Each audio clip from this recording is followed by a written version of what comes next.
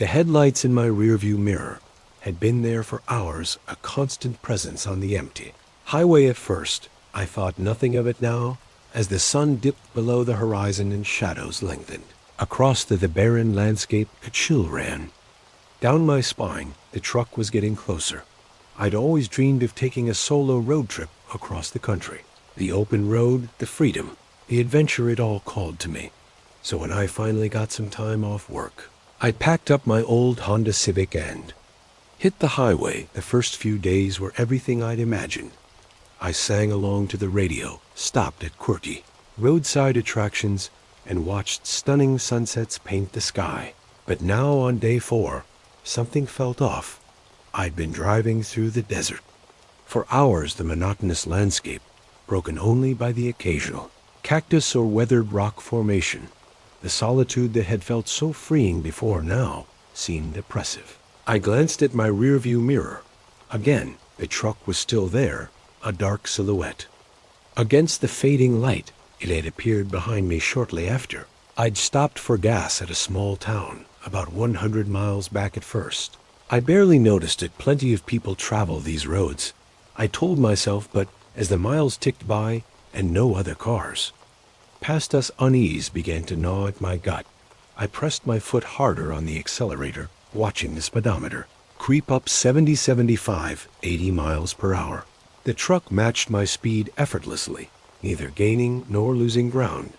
My palms began to sweat, and I gripped the steering wheel tighter. You're being paranoid, I muttered to myself, trying to shake off the growing sense of dread. Is just someone going the same way you are. That's all. But even as I said the words, I knew I didn't believe them. There was something deliberate in the way the truck maintained its distance, something predatory. I spotted a sign for an upcoming rest stop and made a split-second decision. Maybe I could lose them there. I flicked on my turn signal and took the exit, my heart pounding. As I watched the rear-view mirror, the truck followed. The rest stop was little more than a parking lot, with a small building housing restrooms and vending machines. A couple of semi-trucks were parked in the far corner, their drivers likely catching some sleep. I pulled into a spot near the building, under the harsh glow of a flickering street light. The truck rumbled into the lot behind me, circling around before parking in a few spaces away. I sat frozen in my seat, engine idling as I watched. The driver's door opened in my side mirror. A man stepped out, tall and broad-shouldered in the dim light. I couldn't make out his features, but I could feel his eyes on me. He stood there for a moment, then started walking towards my car. Panic surged through me. I threw the car into reverse and peeled out of the parking spot, tires squealing in my rearview mirror. I saw the man break into a run, heading back to his truck. I shot out of the rest stop and back onto the highway, my breath coming in short gasps. The truck's engine roared to life behind me, headlights blazing as it gave chase. Oh God, oh God, oh God, I chanted, pushing my little Civic as fast as it would go. The needle on the speedometer crept past 90, then 100. The truck kept pace, growing larger in my mirror. My mind raced. What did this person want? Why were they following me? I fumbled for my phone with one hand, keeping the other white, knuckled on the wheel. No signal, of course. I was in the middle of nowhere. The truck was getting closer, now its grill filling my rear view mirror. I could see the driver, now a dark shape behind the windshield. My car shuddered as we passed 110 miles per hour. Suddenly the truck swerved into the left lane. My breath caught in my throat as it pulled up alongside me. I risked a glance over and immediately wished I hadn't. The driver was staring right at me, a twisted grin visible even in the darkness. He revved his engine and swerved towards me. I jerked the wheel, nearly running off the road as I dodged the much larger vehicle, heart pounding. I searched desperately for an escape route up ahead. I spotted a turnoff without thinking. I yanked the wheel hard to the right. My tires screeched in protest as I flew down the exit ramp narrowly, missing the guardrail. The new road was narrower, winding through rocky hills. I took the curves as fast as I dared, praying I wouldn't lose control. In my mirror, I saw the truck's headlights swing wide, as it took the turn too fast, buying me a few precious seconds. I pushed my car to its limits, taking each turn faster than the last. The engine whined in protest, but I couldn't slow down, not now. Trees whipped by in a dark blur. I had no idea where this road led, but anywhere was better than being run down on the highway. After what felt like hours, but was probably only minutes, I spotted lights up ahead. A town. I nearly cried with relief. Surely I'd be safe there. I could find a police station, or at least somewhere public to hide. As I got closer, though, my heart sank. It wasn't a town at all, but some kind of large gated property. A sign flashed by too quickly for me to read. Some kind of factory, maybe. I slammed on my brakes as I approached the gate, skidding to a stop. Just short of the heavy metal bars, a small guardhouse stood to one side, but it was dark and empty. No. I muttered, looking around frantically. The gate was my only hope of safety, but how could I get through the sound of an engine gunning? In the distance spurred me into action. I leapt out of my car and ran to the guardhouse, praying I'd find some way to open the gate, a button, a switch, anything. I'd barely reached the small building when headlights illuminated the area, accompanied by the roar of a powerful engine. The truck had found me. Time seemed to slow as I watched it barrel down the road towards me. In that moment, I knew with terrifying certainty that he wasn't going to stop. He was going to ram right through my car. The gate and the pure instinct took over. I dove to the side, rolling into a ditch just as the truck slammed into my poor Civic. The sound of crunching metal and breaking glass filled the air. The force of the impact shoved my car into the gate, which groaned but held firm. I lay there in the dirt, ears ringing too, stunned to move. The truck's engine was still running, filling the night with its menacing rumble. Then I heard a car door open and heavy footsteps approaching. "Come on out, sweetheart." A growly voice called. No need to hide. "I just want to talk." Fear jolted through me like an electric shock. I scrambled deeper into the ditch, trying to make myself as small as possible. The footsteps grew closer, accompanied by an eerie whistle. "Don't make this harder than it needs to be." The man said, his tone conversational, as if we were old friends. "I've been watching you for days. Waiting for the right moment. You're a cautious one. I'll give you that, but everyone lets their guard down." Eventually, my blood ran cold. Days. Had he been following me this whole time? Memories flashed through my mind. A truck I'd noticed at a few gas stations. A man watching me in a diner mirror. Oh God, how had I not realized I needed to run to get away? But terror kept me frozen in place. The footsteps stopped right above me. I could see the man's boots at the edge of the ditch, inches from my face. "Found you," he said softly. A hand reached down, grabbing my arm in an iron grip. I screamed, thrashing wildly as he dragged me up the slope. In the moonlight, I could finally see his face, weathered with cold eyes and a cruel smile. "Let me go," I yelled, kicking and clawing at him, but he was so much stronger, effortlessly holding me at our arm's length. As I struggled, feisty, he chuckled. "I like that. Makes things more interesting." He started dragging me towards the truck, and I knew with sickening certainty that if he got me inside, I was done. For desperation gave me strength. I twisted in his grasp and sank my teeth into his arm as hard as I could. He yelled in pain and surprise, in his grip loosening just enough. I wrenched free and ran, not toward the road, but towards the gate. My fingers scrabbled at the metal bars as I tried to find a handhold, any way to climb over. I'd barely gotten a few feet up when I felt hands grabbing at my legs, trying to pull me down. I kicked back blindly, feeling a surge of vicious satisfaction when my foot connected with something solid. The man grunted. In pain, adrenaline surging, I climbed faster than I'd ever thought possible. Barbed wire at the top of the fence bit into my hands, but I barely felt it. I threw myself over the top and fell hard on the other side, the impact knocking the wind out of me. I lay there, gasping, ears straining for any sound of pursuit, but there was nothing. No footsteps, no engine starting up, just the sound of my own ragged breathing slowly, painfully. I pushed myself to my feet. Through the bars of the gate I could see the man standing by his truck. He wasn't trying to follow. He just stood there watching me with those cold eyes. "Better run, little rabbit." He called out, his voice echoing in the night. "I'll be seeing you again real soon." Then he got into his truck and drove away, taillights disappearing into the darkness. I sank to my knees, body shaking with delayed shock and terror. I was alive, I had escaped, but the nightmare was far from over as I sat there bleeding and bruised on the wrong side of a fence. In the middle of nowhere, one thought kept running through my mind. How long until he came back to finish what he'd started?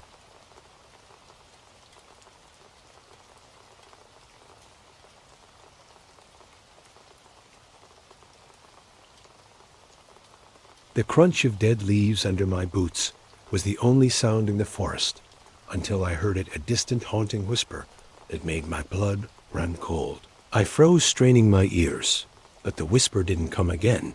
Just the wind, I told myself. But as I stood there alone in the deepening twilight, I couldn't shake the feeling that something was watching me from the shadows. I'd always loved hiking, the thrill of exploring nature and pushing my limits. This trail in the Appalachians was supposed to be my biggest challenge. Yet a week-long solo trek through some of the most remote wilderness on the East Coast. I prepared for months, studying maps, upgrading my gear, and getting into the best shape of my life. What I hadn't prepared for was the soul-crushing loneliness 3 days in, and I hadn't seen another human being since. I'd left the trailhead. The isolation that had seemed so appealing when I planned this trip now felt oppressive. Every snapping twig made me jump, every shadow seemed to move. I shook my head, trying to clear the paranoid thoughts. Get it together, Mike, I muttered to myself. You wanted solitude. Remember hitching my backpack higher on my shoulders. I pressed on the trail, wound deeper into the forest, the trees growing denser and blocking out what little remained of the fading daylight. I clicked on my headlamp, a narrow beam barely penetrating the gloom. Ahead, that's when I saw a flicker of light through the trees, so faint I thought I'd imagined it. I blinked, and it was gone.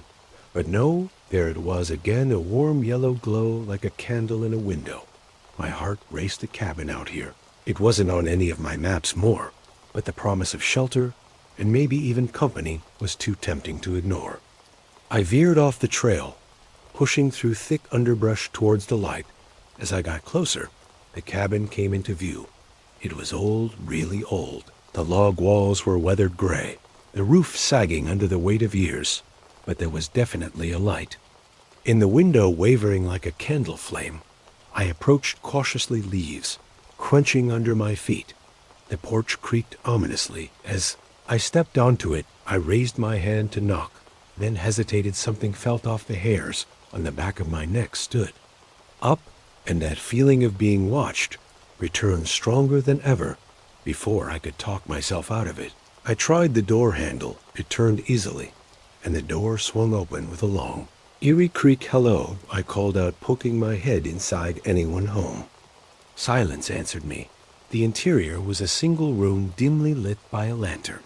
On a rickety table, dust covered every surface, and cobwebs hung in the corners. It looked like no one had been here in years, and yet the lantern was lit, and there on the odd table beside it was a steaming mug of what smelled like coffee. My breath caught in my throat. Someone had been here, and recently, but where were they now? I should have left. Every instinct screamed at me to turn around and get back on the trail, but exhaustion and curiosity won out. I stepped inside, letting my backpack slip to the floor. The coffee smell was intoxicating after days of nothing but trail mix and protein bars. I picked up the mug, feeling its warmth seep into my cold fingers. It couldn't hurt to take just one sip, could it? I raised the mug to my lips, then froze. There on the far wall was a corkboard covered in photos. Dozens of them, all of hikers on the trail, and in every single one barely noticeable, unless you were looking for it, was a dark figure lurking in the background. The mug slipped from my nerveless fingers, shattering on the floor. I stumbled backwards, my heart pounding so hard I thought it might burst from my chest. That's when I heard footsteps. Slow and deliberate, coming up the porch steps. Panic seized me. I looked around wildly for a place to hide, but the cabin was too small, too open. The footsteps drew closer, each creak of the porch boards like a gunshot in the silence. There was a small window on the far wall. Without thinking, I lunged for it, yanking it open and squeezing through just as the door began to open. I tumbled to the ground, outside leaves cushioning my fall for a moment. I lay there too terrified to move. I could hear movement inside the cabin, slow and methodical. Then a voice, low and growly, sent chills down my spine. "I know you're out there," it said. "I can smell your fear." I scrambled to my feet and ran, not caring about the noise I made crashing through the underbrush. Branches whipped in my face. Roots threatened to trip me, but I didn't slow down. I just ran, blind panic driving me deeper into the dark forest. I don't know how long I ran. It could have been minutes or hours. Eventually, I collapsed against a tree. Lungs burning, legs shaking, I strained my ears, listening for any sign of pursuit, but heard nothing except the pounding of my own heart. As the adrenaline faded, rational thought began to return. I needed to get out of these woods fast, but in my panicked flight, I'd lost all sense of direction. My backpack with all my supplies was still in the cabin. I had no food, no water, no map, just the clothes on my back and my headlamp, which chose that moment to flicker ominously. Think, Mike, think. I muttered, trying to calm my racing thoughts. The North Star. If I could find it, I could at least figure out which direction to go. I looked up, searching for a break in the canopy. Instead, my blood turned to ice. There, not 20 feet away, was a figure, standing motionless between the trees in the dim light. I could just make out the outline of a man, tall and gaunt. I blinked, and it was gone. Just a trick of the shadows, I told myself it had to be. But then I saw it again, closer this time, and again. On the other side, it was toying with me. A twig snapped behind me, and I whirled around, nothing there. But when I turned back, the figure was right in front of me. I caught a glimpse of pale skin, sunken eyes, and teeth bared in a feral grin. Then it lunged. I screamed and stumbled backwards, tripping over a root and falling hard. I scrambled away on all fours, expecting at any moment to feel hands grabbing me. But when I looked back, the clearing was empty. I imagined it all. Was I losing my mind? A low chuckle echoed through the trees, seeming to come from everywhere at once. "Run all you want," that growly voice said. "You'll never leave my forest." I staggered to my feet and ran again, blind terror giving me strength I didn't know I had. I crashed through bushes, leaped over fallen logs, my only thought to get away, to find help, to wake up from this nightmare. The voice followed me, always just behind, taunting me. "I've walked these woods for centuries," it said. "Your fear feeds me, your despair sustains me." I ran until my legs gave out, collapsing in a small clearing. My lungs felt like they were on fire. I couldn't run anymore. This was it. This was how I died, alone in the woods, hunted by whatever that thing was. As I lay there waiting for the end, a new sound cut through the night. A dog barking, then voices. Human voices calling out. Flashlight beam swept through the trees. "Hello," I croaked, my voice hoarse. "Help, I'm over here." The voices grew closer. I heard my name being called. Park. Rangers, they'd been searching for me for days, ever since I'd failed to check in at my designated waypoint. As the Rangers burst into the clearing, Relias flooded through me. I was safe, it was over. But as they helped me to my feet, I saw it one last time, a pale face watching from the shadows, those sunken eyes filled with hunger and rage. Then it was gone, melting back into the darkness of the forest. The Rangers said I was lucky to be alive. Exposure, dehydration, a nasty concussion from where I'd hit my head falling. By all rights, I shouldn't have survived.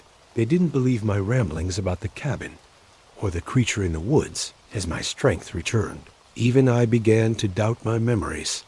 Maybe it had all been a hallucination brought on by my injuries. But sometimes late at night, I still hear that growly chuckle. And I know that somewhere out there in the deepest, darkest part of the forest, something is waiting, watching hungry for the next foolish hiker who wanders off the trail. I'll never go into those woods again, but part of me, the part that still wakes up screaming from nightmares of pale skin and feral grins, wonders if I ever truly left.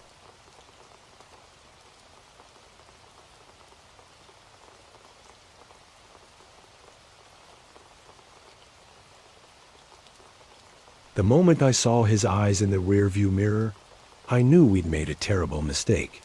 There was something off about them, a coldness that sent chills down my spine.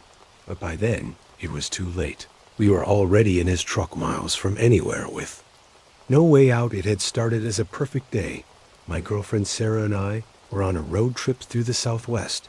Just the two of us, our beat-up Corolla and the open road we'd been dating for 2 years. And this trip was our way of celebrating 3 weeks of freedom before we had to go back to our jobs. In the real world, the trouble started somewhere in the middle of Nevada. We were on a long, empty stretch of highway when our car started making a weird rattling noise. I tried to ignore it at first, turning up the radio and telling Sarah it was probably nothing. But then smoke started pouring out from under the hood. Underscore, I muttered, pulling over to the side of the road. Sarah gave me a worried look as I got out to check the engine. I popped the hood and was immediately engulfed in a cloud of acrid smoke coughing. I waved it away and peered inside. I'm no mechanic, but even I could tell this was bad. Something had blown, and there was oil everywhere. What's wrong? Sarah asked, coming to stand beside me. I shook my head. I have no idea. But we're not driving anywhere in this. We both looked up and down the highway. Nothing but desert in every direction, shimmering in the late afternoon heat. We hadn't passed another car in at least an hour. What do we do? Sarah's voice had an edge of panic to it. I pulled out my phone. No signal, of course. I guess we wait and hope someone drives by, I said, trying to sound more confident than I felt. We sat on the hood of the car, watching the sun sink lower in the sky. An hour passed, then too the temperature dropped rapidly as night approached. Still no cars. We can't stay out here all night, Sarah said, shivering. It's going to get freezing. I was about to suggest we try walking to find cell service when we saw the headlights.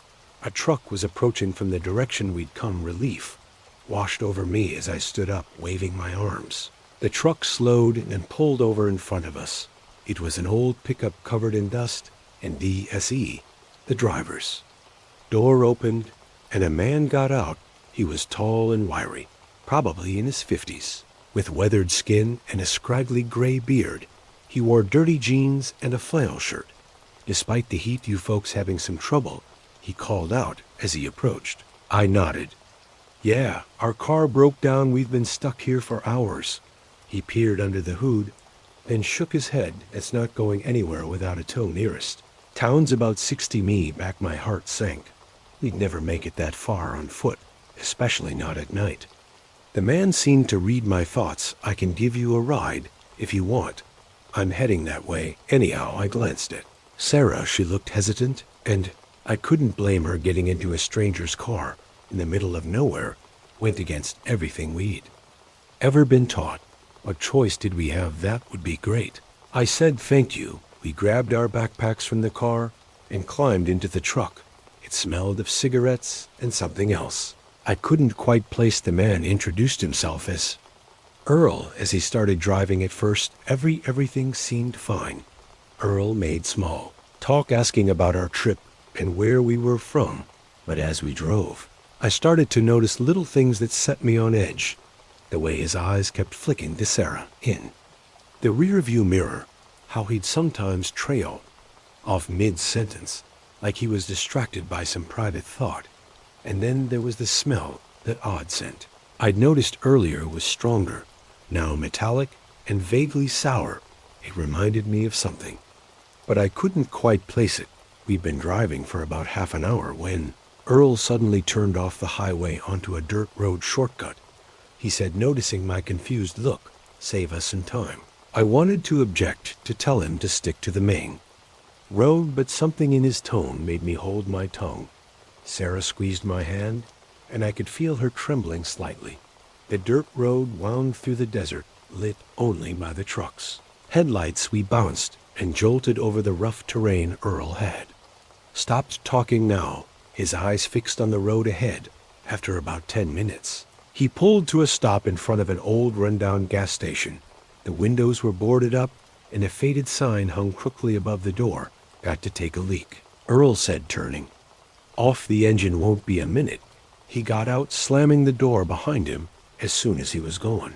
Sarah turned to me, her eyes wide with fear. We need to get out of here, she whispered urgently. Something's not right. I nodded, my mouth dry. I know, but where would we go? We're in the middle of nowhere. Before she could answer, we heard a sound that made my blood run cold, a muffled scream. Coming from inside the gas station, we both froze, straining our ears. There it was again, louder, this time a woman's voice, and crying out in terror. Oh my God, Sarah gasped. There's someone in there. I reached for the door handle, my heart pounding. But before I could open it, Earl was back. He slid into the driver's seat. A strange smile on his face. All set, he said cheerfully. Let's get going. I caught Sarah's eye. She gave a tiny nod. We both knew we couldn't leave, not if someone was in trouble. Actually, I said, trying to keep my voice steady, I need to use the bathroom too. Is it okay if I? Earl's smile vanished. No need for that. We're almost there. Please, I insisted. It'll just take a second, for a moment. I thought he was going to refuse, but then he shrugged. Suit yourself, but make it quick. I got out of the truck, my legs shaking as I walked towards the gas station. I heard Earl's door open behind me. I'll come with you, he said. Make sure you don't get lost. Panic surged through me. I reached the door and tried the handle. Locked. It's around back, Earl said, far too close behind me. I turned to face him. Backing up against the door, I heard someone screaming. I said, dropping all pretense, what's going on here? Earl's face twisted into a snarl. You should have minded your own business, boy. He lunged at me faster than I would have thought possible for a man his age. I ducked, feeling his fingers graze my hair. I shoved him hard, sending him stumbling backwards, and ran. Sarah, I yelled, run. I saw her jump out of the truck, her face pale with terror. Earl was right behind me, cursing and spitting. I reached Sarah and grabbed her hand, pulling her along. As we sprinted into the darkness, we ran blindly, stumbling over rocks and scrub brush. I could hear Earl crashing through the desert behind us, getting closer.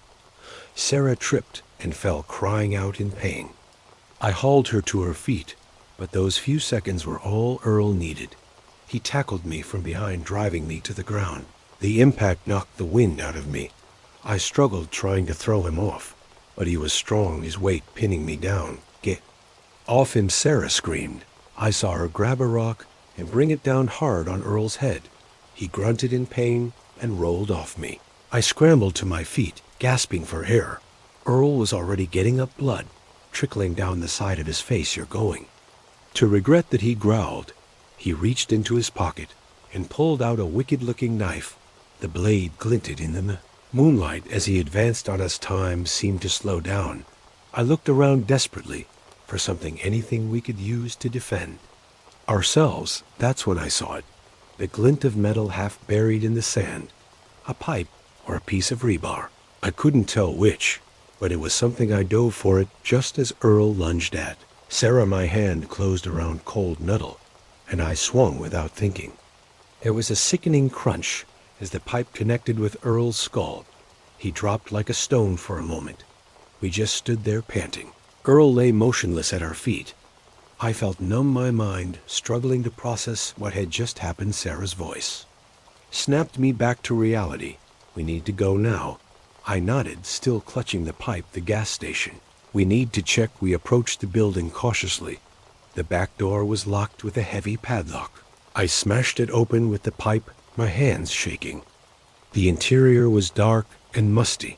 We found a light switch and fluorescent bulbs flickered to life, revealing a scene out of a nightmare.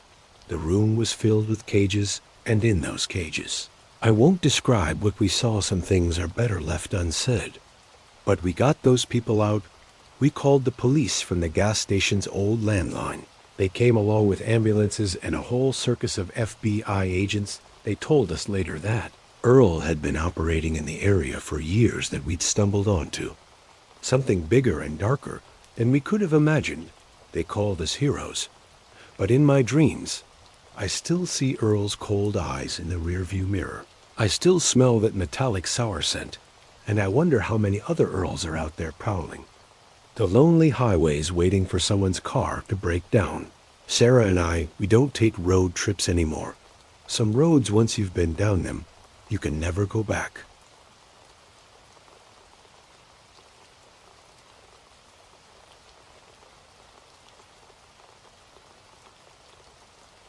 The darkness was absolute suffocating. I could hear my own ragged breathing, the pounding of my heart, and then cutting through the silence like a knife, the unmistakable sound of someone trying to pick the lock on my front door. I'd always loved thunderstorms. The raw power of nature, the way the whole world seemed to pause and hold its breath. But this storm was different. It had rolled in suddenly, fierce and unrelenting, bringing with it a blackout that plunged the entire city into darkness at first. I hadn't been too concerned when power outages happened, especially during storms like this. I'd lit some candles, dug out my emergency radio, and settled in to wait it out. The battery operated. Radio crackled with updates. The storm had knocked out power to most of the city, and it could be hours before it was restored as the evening wore on. I found myself growing uneasy. The silence was oppressive, broken only by the occasional rumble of thunder. I lived alone in a small apartment on the 3rd floor of an old building. Usually I could hear my neighbors, the hum of traffic from the street below, but now there was nothing. I tried calling my sister, but the cell networks were down, too cut off from the world. I felt incredibly alone. It was nearing midnight when I heard a faint scratching sound coming from my front door. At first, I thought it might be my neighbor's cat. It sometimes wandered the hallways scratching at doors for attention, but as I listened, I realized this sound was different. More deliberate, methodical. Someone was trying to kick my lock. Fear gripped me, icy tendrils wrapping around my heart. I stood frozen, straining my ears. The scratching continued, punctuated by the soft click of metal on metal. My mind raced. Who would be trying to break in during a blackout? Opportunistic burglar, thinking the residents would be away, or something worse. I looked around frantically for a weapon, cursing myself for never buying that baseball bat my sister had suggested. The best I could find was a heavy flashlight. I gripped it tightly, my palms slick with sweat.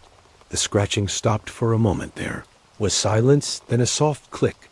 The sound of my lock disengaging. Panic surged through me. I had to do something, had to stop them from getting in on shaking legs. I crept towards the door. If I could just engage the chain lock, maybe they'd give up and go away. I reached for the chain, my fingers fumbling in the dark.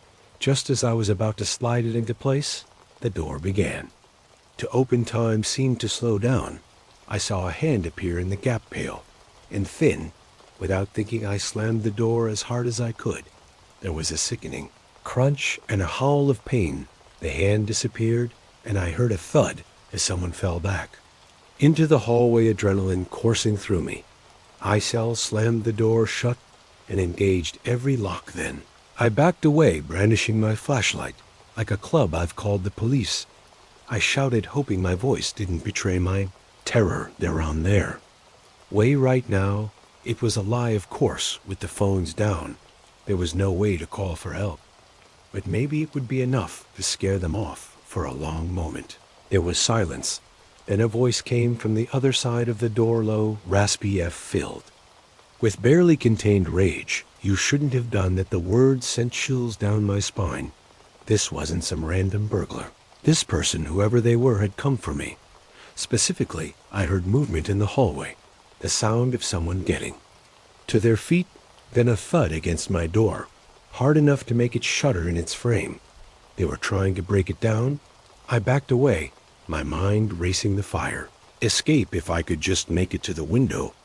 I could climb down to the street another. Thud louder this time. The wood of the door creaked ominously. I turned and ran for the bedroom, where the fire escape was behind me. I heard the splintering of wood they were getting through.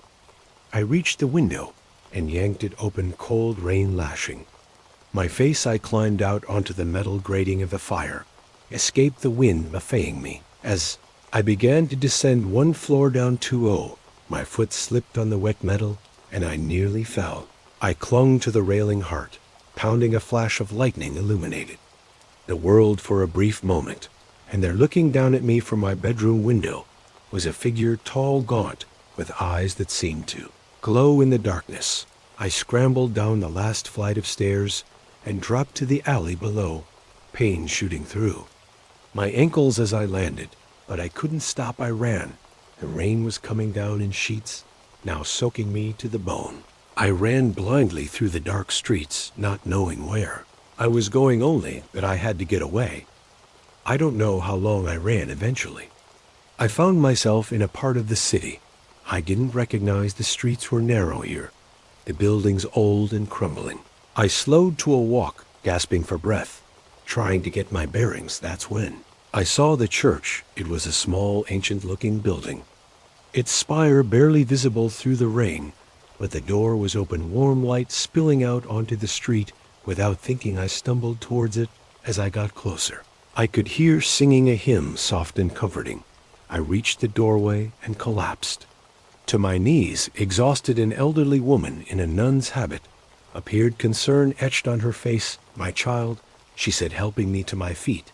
"What's happened to you?" I tried to explain, but the words wouldn't come. I just shook my head, tears mixing with the rain on my face. She led me inside to a small room off the main chapel. There were others there. I realized people huddled on cots and chairs, talking in low voices, other refugees from the storm. The nun, Sister Mary, she introduced herself, brought me a blanket and a cup of hot tea. As the warmth seeped back into my body, I found myself telling her everything about the break in, the chase through the city, the terrifying figure I'd seen. She listened patiently, her face grave. When I finished, she was quiet for a long moment. "You're safe here," she said finally. "This is holy ground. No evil can enter." I wanted to believe her, but as I looked around at the flickering candles, the shadows dancing on the walls, I couldn't shake the feeling that nowhere was truly safe. The night wore on. I dozed, fitfully jerking awake at every sound each time Sister Mary was there, murmuring words of comfort. As dawn broke, the storm finally began to subside. The other few started to leave, heading back to their homes and lives, but I couldn't bring myself to go. Sister Mary seemed to understand. She brought me more tea, sat with me as the morning light slowly filled the room. "What am I going to do?" I asked her, my voice barely above a whisper. She took my hand in hers, her skin papery and soft. "You survived," she said. "That's the first step. Now you heal." I nodded, not trusting myself to speak. But as I sat there in that small room that smelled of incense and old stone, I felt something I hadn't felt in hours: hope. The police came later that morning. They took my statement, promised to investigate, but I could see the doubt in their eyes. With no evidence, no witnesses, it was just another strange story in a city full of them. I couldn't go back to my apartment. The thought of those eyes, that voice, was too much. Sister Mary helped me find a shelter somewhere I could stay until I figured out my next move. As I prepared to leave the church, she pressed something into my hand. It was a small silver cross on a chain for protection, she said with a gentle smile. I slipped it over my head, feeling its weight against my chest. "Thank you," I said, "for everything." She nodded, her eyes kind. "Remember, my child, the darkness may seem overwhelming. AB run, but there is always light to be found. You just have to know where to look." I stepped out into the morning sun, blinking at its brightness. The city was coming back to life, power restored, people going about their day as if nothing had happened. But I knew better.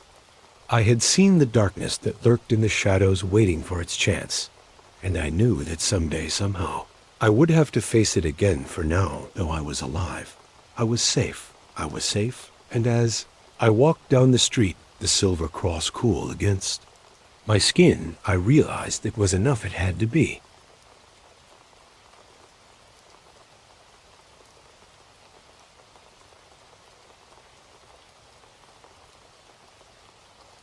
The first shotgun blast nearly took my head off.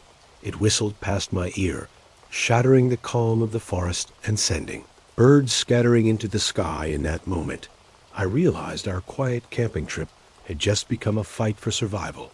It was supposed to be a relaxing weekend getaway. My friends and I had been planning this camping trip for months, eager to escape the chaos of city life and reconnect with nature. There were four of us: me, my best friend Jake, his girlfriend Sarah, and our mutual friend Mike. We'd found a spot deep in the national forest, far from the usual campgrounds and hiking trails. The kind of place where you could really feel alone in the wilderness. The drive out had been full of laughter and excitement. We sang along to old road trip playlists, stopped at quirky roadside attractions, and marveled at the changing landscape.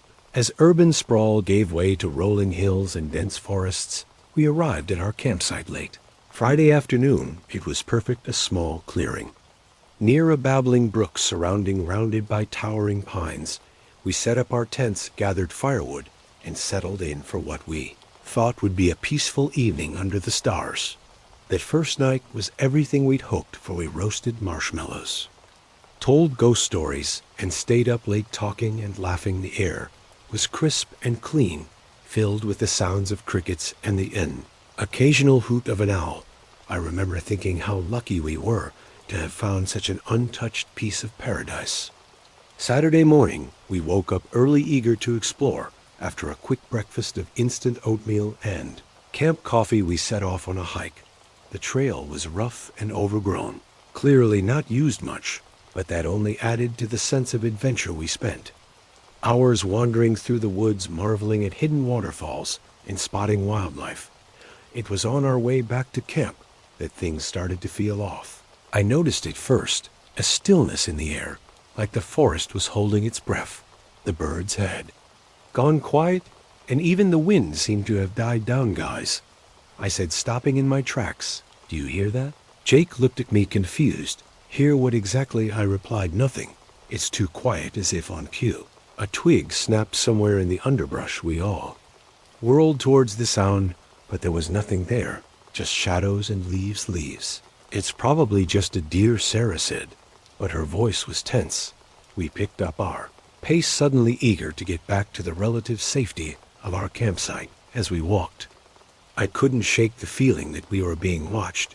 Every rustle of leaves, every shadow seemed to hide potential threats. We burst into our clearing, half expecting to find our camp ransacked by bears or other wildlife, but everything was exactly as we'd left it. We all let out a collective sigh of relief. See, Mike said, forcing a laugh. We were worried over nothing, but our relief was short-lived. As we started to prepare dinner, we heard the sound of an engine in the distance. It grew louder, accompanied by the crunch of tires on gravel. Someone was coming down the old logging road that led to our campsite. A battered pickup truck burst into the clearing, skidding to a stop in a cloud of dust. 3 men got out, all of them burly and bearded, wearing dirty flannel shirts and camo pants. They looked like something out of Deliverance, and my stomach dropped as I realized we were in trouble. The oldest of the 3, a grizzled man with a scar running down his cheek, stepped forward.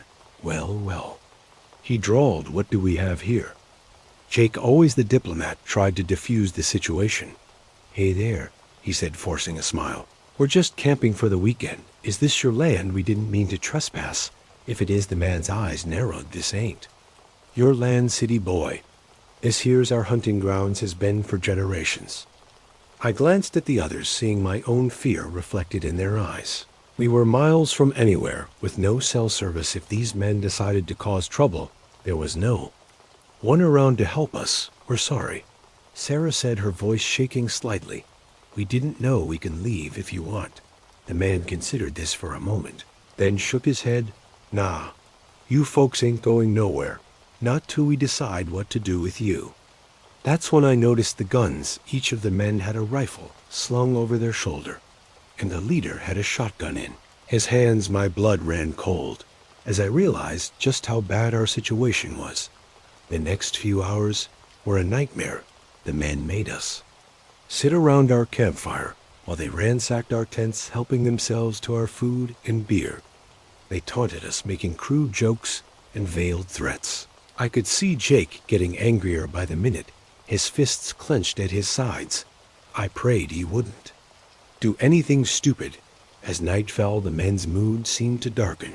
They started arguing among themselves, their voices getting louder and more aggressive. I caught snatches of their conversation, something about teaching us a lesson and making an example. That's when I knew we had to get out of there. I caught Jake's eye and nodded slightly towards the woods. He understood immediately, and I saw him whisper something to Sarah and Mike. We waited for our chance, tensed and ready to run. It came when the youngest of the men stumbled away from the fire to relieve himself in that moment of distraction. We bolted. We crashed through the underbrush, branches whipping at our faces. As we ran behind us, I heard shouts of anger, then the sound that will haunt my nightmares forever. The boom of a shotgun. The blast missed us, but only just. I felt the wind of its passage heard, the pellets tearing through leaves inches from my head. We ran harder, pure adrenaline driving us forward. The men were right behind us, crashing through the woods. Like angry bears, I could hear them shouting, their voices filled with rage and blood. Lust. Another shot rang out, then another. They were firing blindly into the darkness, hoping to hit us. By sheer luck, we ran for what felt like hours, our lungs burning, our legs trembling with exhaustion. The sounds of pursuit faded, then disappeared entirely, but still we ran, too terrified to stop. Finally, we couldn't go any further. We collapsed in a small gully, gasping for breath. For a long time, no one spoke. We just lay there, listening intently for any sign that we'd been followed. What do we do now? Sarah whispered finally, her voice barely audible. I looked around at my friends, saw the terror in their eyes. We were lost in the wilderness with no supplies, no phones, and no idea which direction would lead us to safety. And somewhere out there, 3 armed and angry men were hunting us. We keep moving, I said, forcing myself to sound more confident than I felt. We head downhill. Eventually, we'll hit a road or a town. It was a long, terrifying night. We stumbled through the darkness, jumping at every sound, convinced that at any moment we'd hear the roar of an engine or the crack of a rifle. By dawn, we were exhausted, dehydrated, and covered in scratches and bruises. But we were alive, and as the sun rose, painting the sky in shades of pink and gold, we heard the most beautiful sound in the world. Cars. We'd reached a highway. The police were skeptical of our story at first, but when they went to investigate our campsite, they found evidence of the men's presence: beer cans, cigarette butts, and spent shotgun shells. A manhunt was launched, but as far as I know, they never caught the men who terrorized us that night. It's been years since that camping trip, but the memories are still fresh. I haven't been able to go into the woods since then. The rustle of leaves, the crack of a twig, they all bring me right back to that night of terror, my friends. And we don't talk about it much, but sometimes when we're together, I'll catch one of them looking over their shoulder, scanning the tree line with wary eyes, and I know they're remembering too. We were lucky we survived, but sometimes I wonder about those men, and I can't help but think, are they still out? They're still hunting in those woods, waiting for the next group of unsuspecting campers to wander into their territory.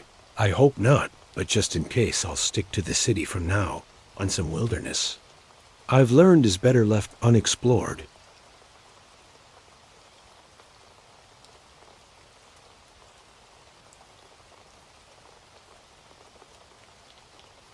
The first thing I noticed was the smell, acrid chemical. Wrong. It hit me as soon as I opened the warehouse house door, and in that moment, I knew I'd stumbled onto something I wasn't supposed to see. I'd been working the night shift at Midwest Distribution for about 6 months. It was a boring job, but it paid the bills every night from 10 p. a.m. to 6 a.m., I'd patrol the massive warehouse complex, making sure everything was secure. Nothing ever happened until that night. It was a Tuesday just after midnight. I was making my usual rounds, flashlight in hand, shoes echoing on the concrete. Floor of the warehouse was huge, filled with rows upon rows of shelves, stacked high with boxes and pallets. During the day, it was a hive of activity, but at night, it was eerily silent. I just finished checking the east wing when I noticed something odd, a faint light coming from under the door of storage unit 17. That unit had been empty for months or so. I thought, curious, I approached the door, my hand instinctively going to the radio at my belt. The smell hit me as soon as I cracked the door open. It was like nothing I'd ever encountered before, a mix of ammonia, bleach, and something else. I couldn't identify. My eyes watered, and I had to stifle a cough, blinking away tears. I shone my flashlight into the unit. What I saw made my blood run cold. The space was filled with makeshift tables, each covered in beers, tubes, and other equipment I vaguely recognized from high school chemistry. In the center of it all was a large apparatus that looked like something out of a sci-fi movie, bubbling and hissing ominously. It didn't take a genius to figure out what I was looking at, a drug lab, and a big one at that. My mind raced. How long had this been here? Who was behind it? And most importantly, what the hell was I supposed to do now? I knew I should call the police immediately, but something held me back. This was way bigger than some small-time operation. The scale, the sophistication of the equipment. This had to be the work of a major criminal organization. And if they could set up a lab right under our noses, who knew how deep their influence ran? As I stood there, frozen with indecision, I heard a noise that made my heart stop. Footsteps coming from deeper in the unit. I killed my flashlight and ducked behind a stack of boxes, praying I hadn't been seen. Two men emerged from behind a makeshift partition. Even in the dim light, I could see they were trouble. One was tall and wiry, with tattoos covering his arms. The other was built like a linebacker with a shaved head and cold, dead eyes. They were talking in low voices, but I could catch snippets of their conversation. Shipments. Late boss ain't happy. Told you we should have stuck with the Mexicans. These new guys are unreliable. Yeah, well, money talks, and their product is pure as it gets. I held my breath, not daring to move. They were standing between me and the exit. If they spotted me, I was dead, no question about it. The men continued their conversation. Oblivious to my presence, they discussed shipments, territories. Something about a rival gang muzzling in on their turf. With each word, I felt the weight of what I'd stumbled into growing heavier after what felt like hours, but was probably only minutes. They headed back behind the partition. I waited until I couldn't hear their footsteps anymore, and slowly, carefully made my way to the door. I slipped out of the unit, gently closing the door behind me. As soon as it clicked shut, I ran.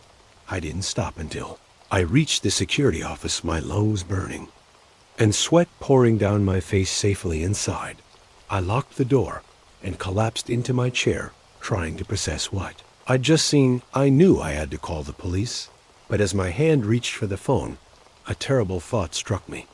How had this lab been set up without anyone noticing? The equipment, the chemicals. It would have taken multiple people and vehicles to bring it all, and someone had to have seen something. Unless someone on the inside was involved. The realization hit me like a punch to the gut. If someone at Midwest Distribution was working with these criminals, who could I trust? For all I knew, my own boss could be in on it. I sat there for a long time, weighing my options. If I went to the police, I risked tipping off whoever was involved. They might destroy the evidence, or worse, come after me.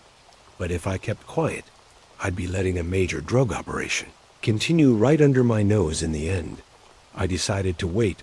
I needed more information, needed to figure out who I could trust for the rest of my shift. I tried to act normal, all the while my mind racing with possibilities and fears. When 6 o'clock rolled around, I clocked out like usual. But instead of heading home, I drove to the library. I spent hours there, using their computers to research drug operations, criminal organizations, and how to gather evidence safely. That night I came to work. Prepared, I'd bought a small, high-quality camera and a voice recorder. As I made my rounds, I kept my eyes peeled for anything suspicious. It didn't take long to spot. Mike, one of the forklift operators on the night shift, kept making trips to and from Storage Unit 17. Each time he'd glance around furtively before entering. I managed to snap a few photos without him noticing later. I overheard him on the phone talking in hushed tones about product AM in a distribution channels over the next week. I gathered more evidence, photos, recordings, notes on suspicious activities and personnel. I was careful, always watching my back, never staying in one place too long, but I knew I was playing a dangerous game. These people were professionals, and sooner or later they'd realized someone was onto them. My paranoia grew with each passing day. Every glance from a coworker, every unexpected noise sent my heart racing. I barely slept, jumping at every sound in my apartment. Finally, after 2 weeks of this, I decided I had enough evidence. It was time to go to the authorities. I didn't trust the local police in a town this size. There was too much chance of the wrong people finding out. Instead, I reached out to the State Bureau of Investigation. I sent them an anonymous tip, along with some of the evidence I'd gathered. Then I waited every day, a nerve-wracking ordeal, as I wondered if today would be the day they acted, or the day I was discovered happened on a Friday night. I was halfway through my shift when suddenly the warehouse was swarming with armed agents. They moved with precision, securing exits and rounding up employees. I watched from the shadows as they breached Storage Unit 17, heard the shouts and sounds of struggle.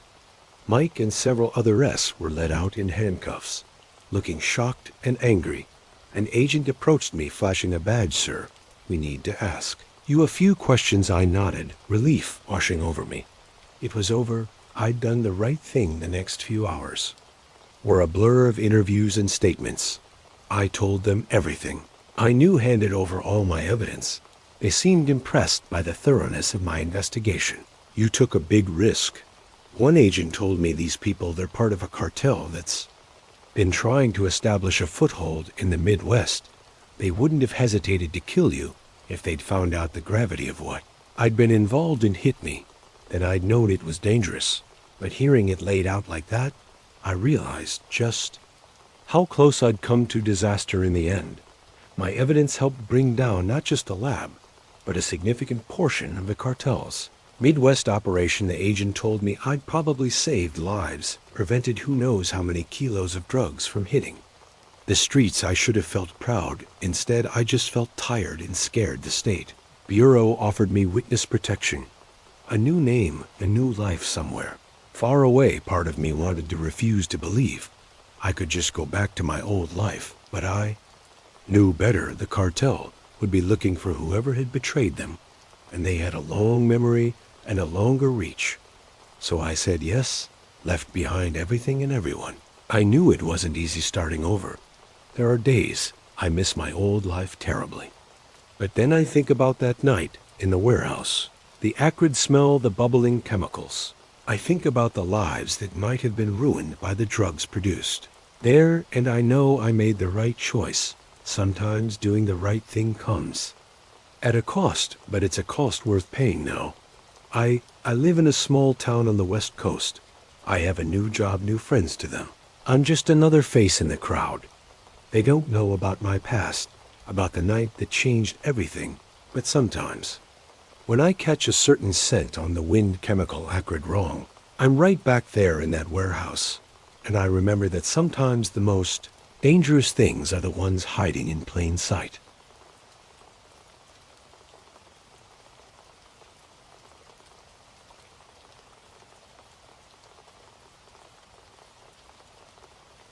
The moment I saw their eyes, I knew I'd made a terrible mistake. Cold, empty, devoid of any warmth or humanity. In that instant, I realized these weren't the friendly locals they pretended to be. They were something else entirely, and I was trapped in their village with no way out. It had all started so innocently. I was backpacking through Europe, living out the dream I'd had since College, 3 months of freedom before I had to return to the real world and start my corporate job I'd been having. The time of my life hopping from one bustling city to another, soaking in the culture, the history, the sheer aliveness of it all. But after weeks of crowded, hostiles and tourist-packed attractions, I was craving something different, something off. The beaten path. That's when I met Carol and Magda at a small cafe in Prague. They were an older couple, probably in their 60s, with weathered faces and warm smiles. We got to talking, and they told me about their village in the countryside, the way they described it made it sound like paradise, quaint houses, rolling hills, a simpler way of life, untouched by the modern world you should visit. Magda said, her eyes twinkling, "We don't get many tourists. It would be a real Czech experience," it sounded. Perfect a chance to see the real Czech Republic away from the tourist traps. When they offered me a ride, I didn't hesitate. The drive took several hours, taking us further and further from the city. The landscape changed, becoming more rural, more rugged. We passed through small towns, then nothing but forests and fields. I lost cell service about an hour in, but I wasn't concerned. I was too excited about the adventure ahead as we drove. Carol and Magda told me stories about their village, its history, its traditions. They spoke with such pride, such love for their home. It made me even more eager to see it for myself. The sun was setting when we finally arrived. At first glance, it was everything they'd promised: picturesque houses with red tiled roofs, a small square with the centuries-old church chickens pecking in front yards, and the smell of wood smoke in the air. Carol and Magda introduced me to some of the villagers who were out and about. Everyone seemed friendly, welcoming. They invited me to stay in the village's only guest house, a cozy building that looked like it was straight out of a fairy tale. That first night, I joined Carol and Magda for dinner at the local pub. The food was hearty and delicious. The beer was excellent, and the atmosphere was lively. Villagers kept coming up to our table, curious about the American visitor. They asked me questions about my travels, about life in the States. I felt like a minor celebrity as the night wore on, and the beer flowed freely. I found myself promising to stay for a few days. Why not? I had the time, and this seemed like the authentic experience I'd been looking for. The next morning, I woke up feeling refreshed and excited to explore. I spent the day wandering the village, chatting with locals, even helping out with some farm work. Everyone was so friendly, so eager to share their way of life with me. But as the day progressed, I started to notice little things that seemed off. The way conversations would stop abruptly. When I approached, the furtive glances some villagers would exchange, and there was something about their smiles that didn't quite reach their eyes. I tried to shake off these feelings, telling myself I was just being paranoid. These people had welcomed me with open arms. I was just experiencing culture shock. That's all. That night, there was a festival in the village square: music, dancing, more of that excellent beer. I let myself get caught up in the festivities, pushing my unease to the back of my mind. It wasn't until I tried to leave that I realized something was very wrong. Leave? Carol said, his smile not wavering. "But you've only just arrived. You must stay longer." I laughed it off, saying I'd love to, but I had a schedule to keep. That's when I saw it, the flash of something cold and hard in his eyes. It was gone in an instant, replaced by his usual warm expression, but it sent a chill down my spine. "I insist," he said, his hand gripping my arm just a little too tightly. "We have so much more to show you."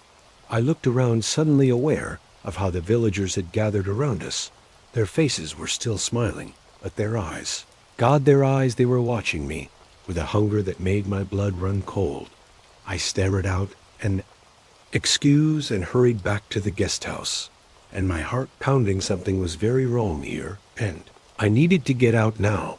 But when I tried to leave the next morning, I found the road out of town blocked. Construction. They said it would be cleared in a day or two. And wasn't I enjoying my stay? Why was I in such a rush to leave? I spent the next few days in a state of increasing panic. Every attempt to leave was thwarted. My phone still had no signal, and I couldn't find a working landline. anywhere in the village. The villagers were always around, always watching, always smiling. Those empty smiles, I tried to play along to pretend everything was fine while I looked for a way out, but it was becoming clear that they knew exactly what. I was doing the pretense of friendliness, was wearing thin. It all came to a head on the fifth night. There was another festival, this one different from the others. The villagers wore strange masks and chanted in a language I didn't understand. I watched from my window, terror gripping me, as I realized this might be my last chance to escape. I waited until the festival was in full swing, then slipped out the back of the guest house.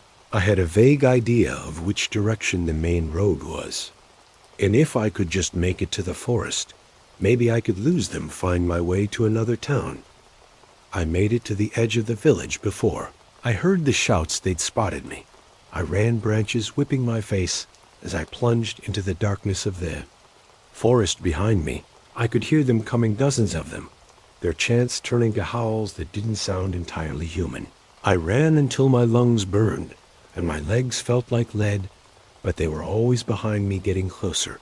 I could hear them crashing through the underbrush, calling out to each other in that strange language. Just when I thought I couldn't go on, I saw lights ahead, a highway.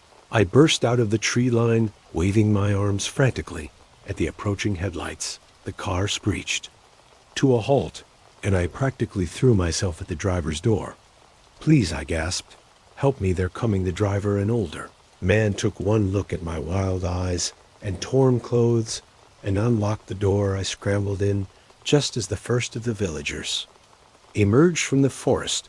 As we sped away, I looked back. They were standing at the edge of the road, watching us go, even from a distance.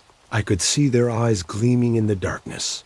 I never found out what they wanted with me, why they were so determined to keep me there. Part of me doesn't want to know. The police didn't believe my story. How could they? It sounded insane. Even to me. They found the village, of course, but it was abandoned. No sign of Carol or Magda or any of the others, just empty houses. In an old church, sometimes I wonder if it really happened, if maybe I imagined it all, some kind of nervous breakdown brought on by stress and culture shock. But then I'll catch a glimpse of someone on the street, an older couple perhaps with weathered faces and warm smiles, and for a moment I'll see those eyes again, cold, empty, hungry, and I'll remember that sometimes the most dangerous places are the ones that seem the most welcoming, that evil can wear a friendly face, and that some villages are best left undiscovered. I don't travel much anymore. The world suddenly seems a lot smaller, a lot darker. But sometimes late at night, I find myself looking at maps of Eastern Europe, searching for a village that doesn't exist, and wondering what might have happened if I'd stayed just one more day.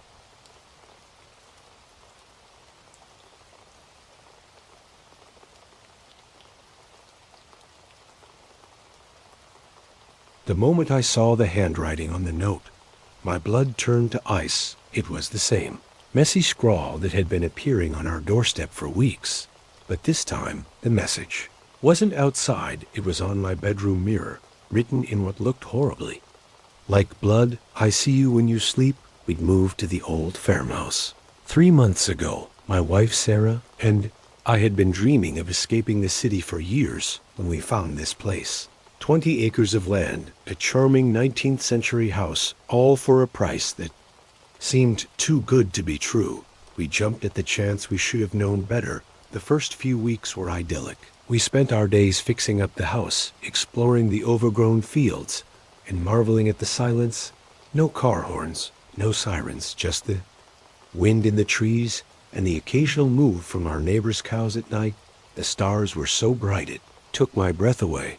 But then the notes started appearing. The first one was innocuous enough, a piece of paper tucked under our welcome mat. Nice house. We assumed it was from a neighbor, though the handwriting was odd, jagged and messy like a child's. A few days later, another note appeared on our porch swing. "You should lock your doors at night." This one gave us pause. We always locked our doors. I double-checked every lock that night, an uneasy feeling settling in my stomach. The notes kept appearing in increasingly impossible places, under a flower pot, on our second-story balcony, pinned to a tree at the far end of our property, tucked into the frame of our bedroom window on the inside. Each message was more disturbing than the last. I like watching you.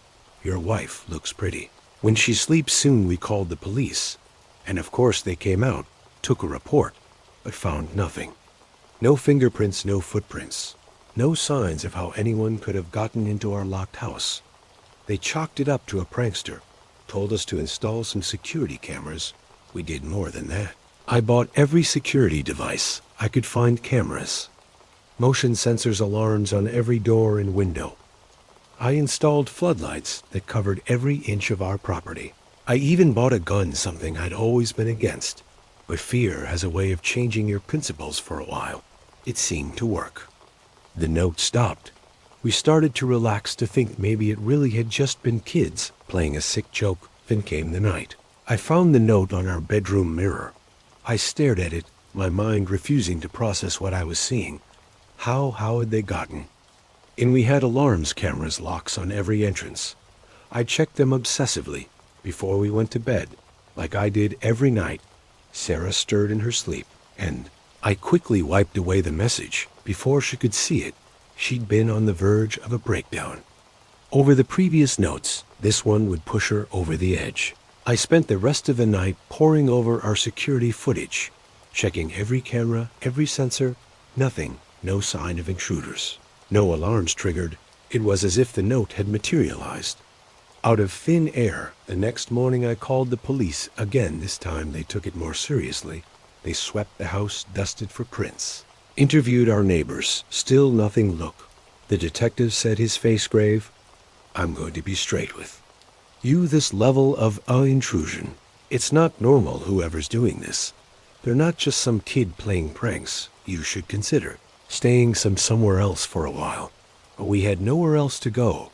We'd sunk every penny we had into this house. And part of me, the part that wasn't consumed by fear, was angry. This was our home. I'd be damned if I let some psycho drive us out of it. So we stayed. I took time off work, spent my days patrolling the property with my gun, jumping at every sound. Sarah was a wreck, barely sleeping, constantly looking over her shoulder.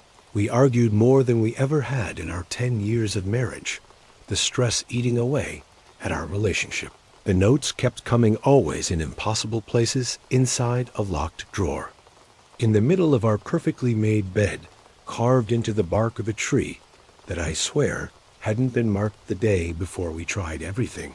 I rigged tripwires, installed more cameras, even sprinkled flour on the floors to catch footprints. Nothing worked. It was as if we were dealing with a ghost. Weeks passed, and the constant fear began to take its toll. I lost weight. Dark circles formed under my eyes from lack of sleep.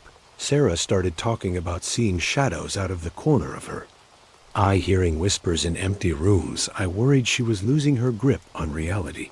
Hell, I worried I was losing mine. Then came the night that changed everything. I woke up to the sound of Sarah screaming.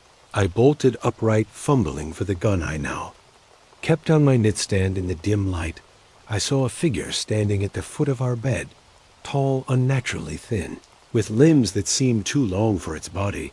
I raised the gun, my hand shaking so bad I could barely aim. Get out, I yelled, trying to sound braver than I felt. Get out, or I'll shoot. The figure turned slowly, and I felt my heart stop. Its face, God, its face. It was like nothing I'd ever seen before. Pale, almost translucent skin, stretched tight over an elongated skull, eyes that were too big, too black, and its mouth a lipless gash that split its face in a grotesque parody of a smile. I fired. The gunshot was deafening in the small room. The figure jerked as the bullet hit it, but it didn't fall. Instead, it laughed, a high, keening sound that made my skin crawl. And it was on me, moving faster than anything I'd ever seen. I felt claws, yes, claws raking across my chest. I screamed, firing wildly, but it was like trying to shoot smoke. Sarah was still screaming, but it sounded far away. Everything was far away, except the pain and those terrible black eyes boring into mine. I don't know how long the attack lasted. It felt like hours. but it must have been only moments. Suddenly the weight was gone.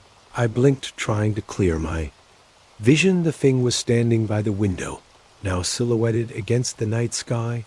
It turned to look at us one last time, and I swear I saw it smile.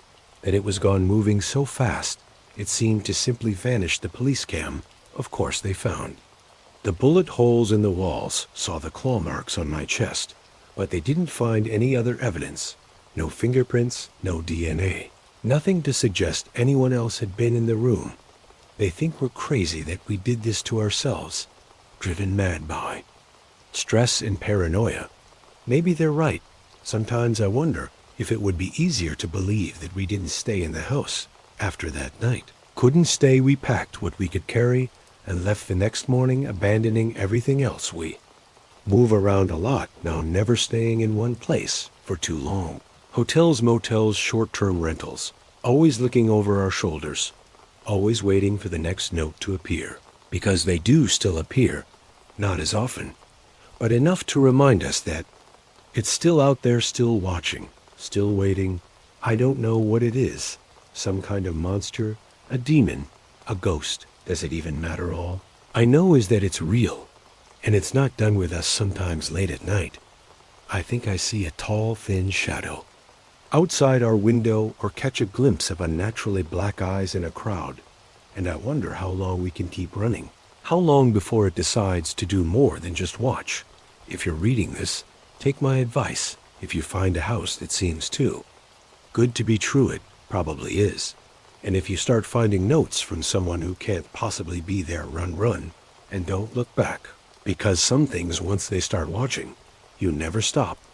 And you don't want to find out what happens when they decide watching isn't enough anymore.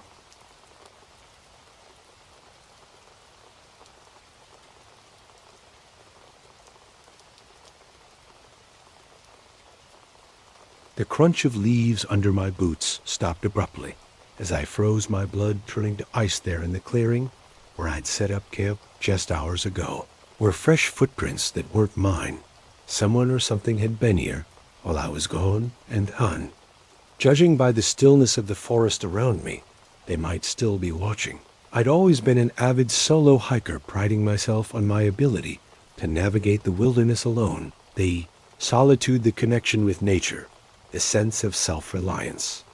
It was intoxicating, so when I'd gotten a week off work, I didn't hesitate to pack my gear and head for the Appalachian Trail.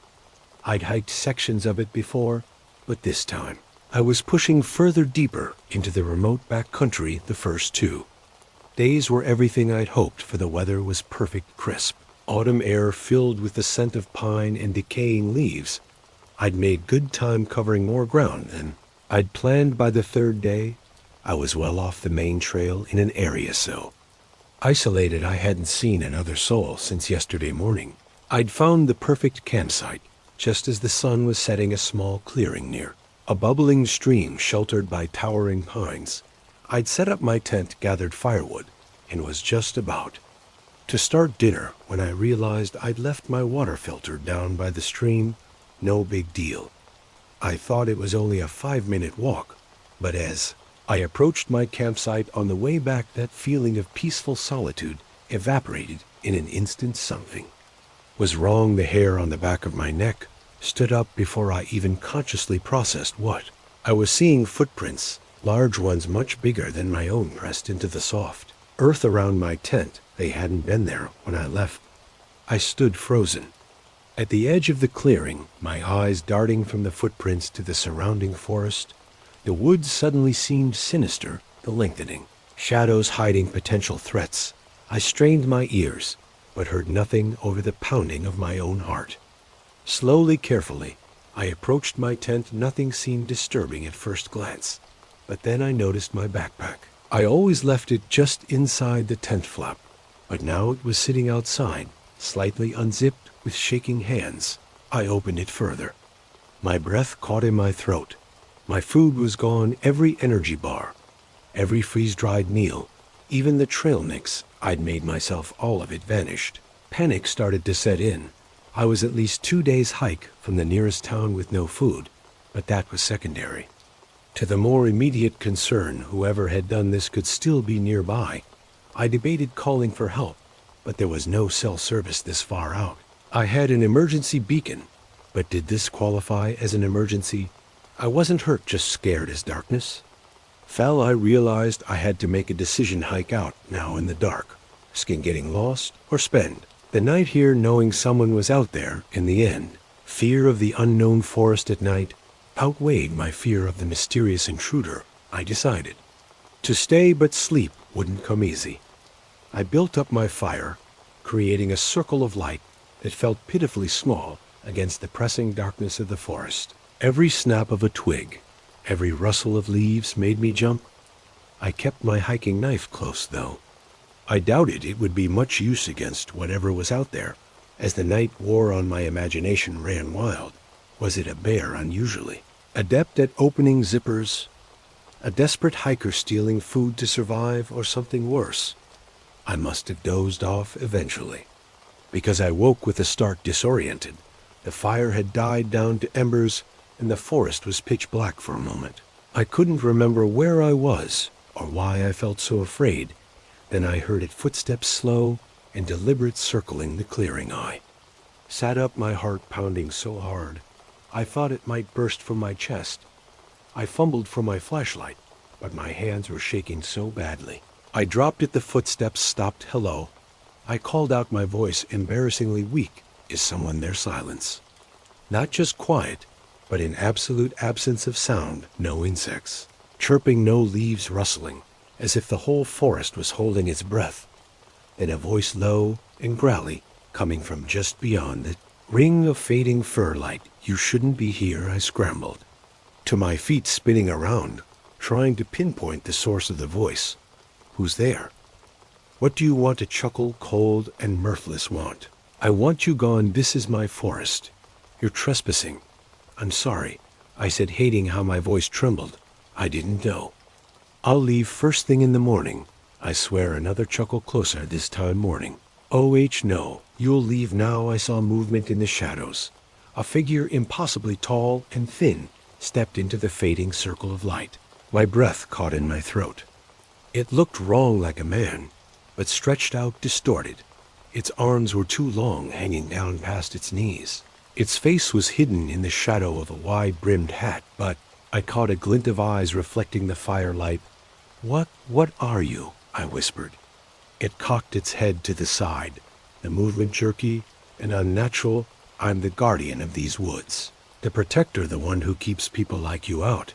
It took a step closer, and I stumbled back, tripping over a route and falling hard. I scrambled backwards, but it kept coming. Please, I gasped. I'll go. Just let me pack up. I'll leave right now. It stopped, seeming to consider.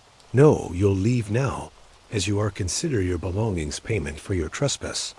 I wanted to argue, to insist on at least taking my emergency beacon, but something in its posture, in the way shadows seemed to cling to it, told me arguing would be a very bad idea.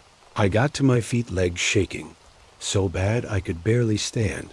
Okay, I'm going. Which way? To the trail. It pointed, a long skeletal finger extending far beyond what should have been possible. That way, 2 miles. Don't stop, don't look back, and don't ever come here again. I nodded, too terrified to speak, and started walking in the direction it had pointed. Every instinct screamed at me to run, but somehow I knew that would be a mistake. I don't know how long I walked. Time seemed to lose all meaning in the darkness. I tripped and fell countless times, my hands and knees bloody and raw, but I didn't stop. Didn't look back. Just when I thought I couldn't go on, when my legs were about to give out, I saw it, the main trail. I nearly wept with relief. As soon as my feet hit the packed earth of the trail, I ran. I ran until my lungs burned and spots danced. In front of my eyes, I ran until I saw the first signs of civilization, a trail marker. Then a parking lot. There was a single car there, an old pickup truck. An elderly man was just getting out, probably planning an early morning hike. He took one look at me, wild-eyed, covered in dirt and blood, wearing only a t-shirt and shorts, despite the cold, and his eyes widened. Good Lord, son, what happened to you. I opened my mouth to explain, but no words came out. How could I possibly describe what I'd seen? What would he think in the end? I managed to croak out. Got lost, been walking all night. He nodded sympathetically, though I could see the doubt in his eyes. Well, come on, then let's get you a hospital. As we drove away, I finally allowed myself to look back at the forest for a moment. Just a moment. I thought I saw a tall, thin figure standing at the tree line, watching us drive away. I've never gone back to those woods, never gone hiking alone again. If I'm honest, some nights I still wake up in a cold sweat, the memory of that growly voice echoing in my ears. This is my forest, you're trespassing. I don't know what it was I encountered that night. Some local legend come to life, a hallucination brought on by fear and exhaustion, or something else, something that defies explanation. All I know is that sometimes when I look out at the woods behind my house, I catch a glimpse of something tall and thin moving between the trees, and I remember that there are some places in this world where humans are not welcome, where the wilderness is still wild and still has teeth, and I stay inside, lock my doors, and try to forget the night. I learned that some forests are best left unexplored.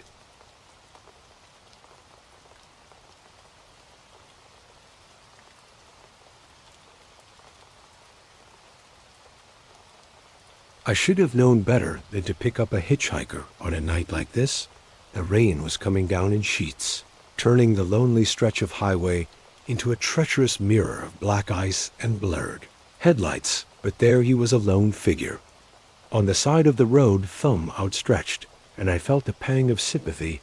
After all, I'd been in his shoes once, so I pulled over my wipers, squealing a frantic beat against the windshield. That was my first mistake.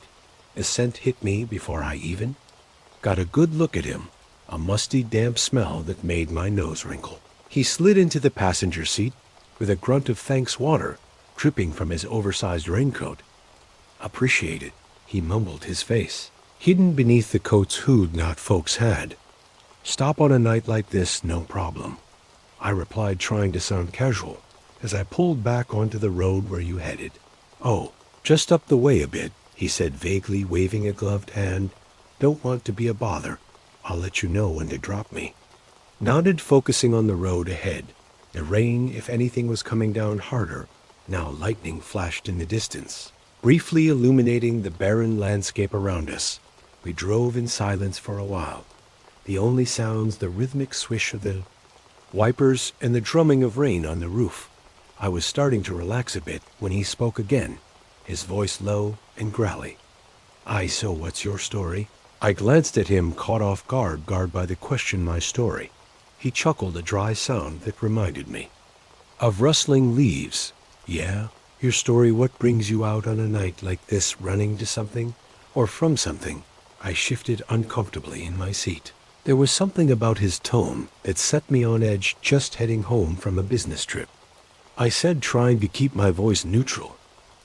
Business, he said, nodding slowly. Important stuff, I'm sure. Big decisions, big consequences. I frowned, not liking where this was going. Look, I don't mean to be rude, but I'd rather not discuss my personal life. He held up his hands in a plating gesture.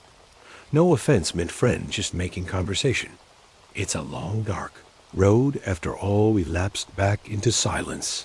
But the atmosphere in the car had changed. The air felt thick, heavy, with unspoken tension. I found myself gripping the steering wheel tighter, my knuckles turning white. After what felt like an eternity, he spoke again.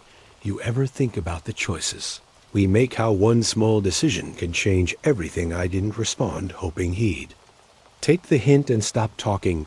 No such luck. Take you picking me up, for instance.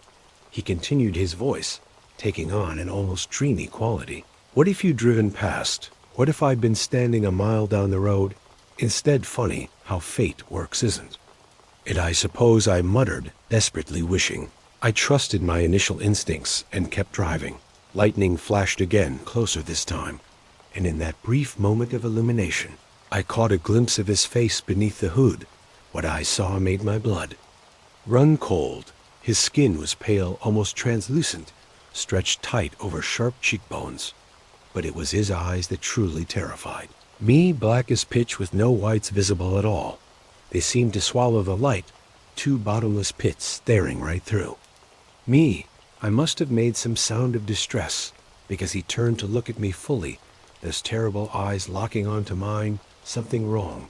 He asked his lips, curling into what might have been a smile on a human face on him. It looked like a predator. Baring its teeth, no. I stammered, my heart pounding so hard. I was sure he could hear it, just thought. I saw something on the road. He nodded slowly, that horrific smile still in place. The mind plays tricks, doesn't it, especially on dark nights? Like this makes you see things that aren't there. Or maybe makes you see things as they really are. I was openly sweating now, fear coursing through my veins like ice water. I had to get him out of my car, consequences be damned. I think this is far. Enough, I said, trying to keep my voice steady. I'm going to have to drop you off here. He tilted his head in oddly bird-like motion. Oh, but we've only just started our journey. Together there's so much more to discuss, I was about to insist when something caught my eye in the rear view mirror headlights. Approaching fast relief. Thudded through me another car. Meant safety, meant I wasn't alone out here with whatever he was. But as the headlights grew closer, I realized something was wrong. They were moving too fast, weaving erratically across the road, and they were aimed straight for us. Look out. I yelled, yanking the wheel hard to the right. Our car skidded on the wet pavement, spinning once, twice, before coming to a stop on the shoulder. The other car roared past, horn blaring for a moment. I sat there, hands shaking, gasping for breath. Then I remembered my passenger. I turned to look at him, expecting I don't know what, but the seat was empty. There was no sign that anyone had ever been. There no water on the seat, no lingering musty smell. Nothing. I got out of the car on shaky legs, looking up and down the road, but there was no one. There just me, my car, and the endless rain-soaked highway stretching into the darkness for a long moment. I stood there in the rain, trying to make sense of what had happened. Had I imagined it all, some kind of stress-induced hallucination? But deep down I knew that what I'd seen was real, even if I couldn't explain it. And I knew that I'd had a narrow escape from something far more dangerous than a simple car accident. I got back in my car, locked the doors, and drove. I didn't stop until I reached the next town, where I checked into the first motel I saw. I couldn't face the thought of driving through the night again, not with the memory of those black eyes still fresh in my mind. As I lay in bed that night, unable to sleep, I couldn't stop thinking about what he'd said about choices and consequences, about fate. What if I hadn't stopped? What if I'd driven past like my instincts had told me to? Would he have found another ride? Or would he still be out there, waiting on that dark stretch of road for the next lonely traveler? I don't pick up hitchhikers anymore.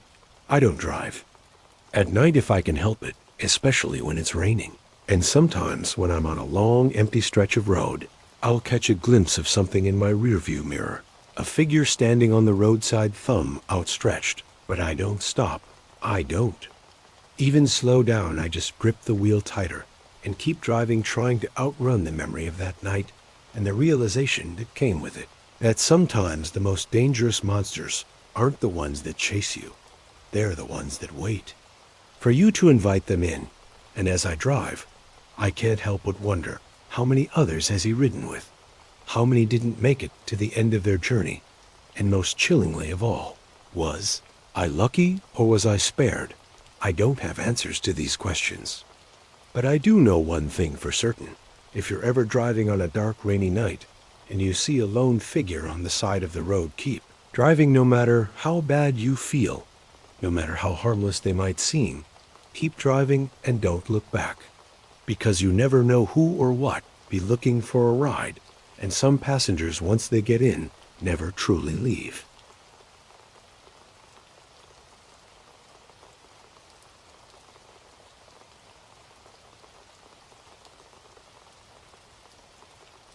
The first time I saw the money change hands, I knew I was in over my head. Wasn't much, just a thick envelope passed discreetly between two men in suits. But in that moment, standing in the back of the dusty warehouse we were using as a relief center. I realized this disaster wasn't just about helping people for some, it was about profit. I'd signed up to volunteer after the flood hit our city. It was the worst natural disaster in decades, leaving thousands homeless and desperate for help. Help I wanted to do my part to make a difference. Little did I know I was walking into a web of corruption that would threaten my life. The first few days were a blur of activity. I worked tirelessly, distributing food and supplies, helping people find shelter, doing whatever I could to ease the suffering around me. The work was exhausting, but fulfilling.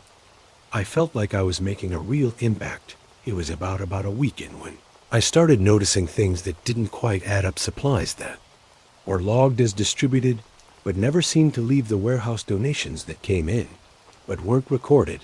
And always men in expensive suits, walking around talking in hushed tones. At first, I tried to ignore it. I told myself I was imagining things that in the chaos of disaster relief, some things were bound to slip through the cracks. But the nagging feeling in my gut wouldn't go away. Then came the night. I stayed late sorting through a new shipment of medical supplies. I was alone in the warehouse. Or so I thought. I heard voices coming from the office in the back, angry whispers that grew louder. As I listened, curiosity got the better of me. I crept closer, careful to stay hidden behind stacks of boxes through the cracked door. I could see two men, one I recognized as John, the head of our Lee organization, and the other a city official I'd seen on the news. This isn't enough, the official was saying, waving an envelope. Do you know how many strings I had to pull to get those supplies diverted here? John's face was red with anger. It's all we can spare right now. You'll get the rest when we sell the next shipment. My blood ran cold. Sell the shipment? These were donations meant for flood victims. How could they be selling them? I must have made a noise, because suddenly both men were looking towards the door. I ducked down, my heart pounding so loud I was sure they could hear it. Check outside. I heard Johan say, make sure we're alone. I didn't wait to see if they found me. I ran as quietly as I could back to where I'd been working. I grabbed my bag and headed for the exit, trying to look casual, even as panic clawed at my throat. I made it home that night, but sleep was impossible. My mind raced with what I discovered. This wasn't just petty theft or minor corruption. This was organized systemic fraud on a massive scale. And if they were willing to steal from disaster victims, what else were they capable of? The next day, I went back to work, determined to gather evidence. I couldn't just walk away, not when so many people were suffering while these men lined their pockets. I started paying closer attention, making mental notes of discrepancies, even snapping a few discreet photos with my phone for a week. I played the part of the dutiful volunteer while secretly documenting everything I could.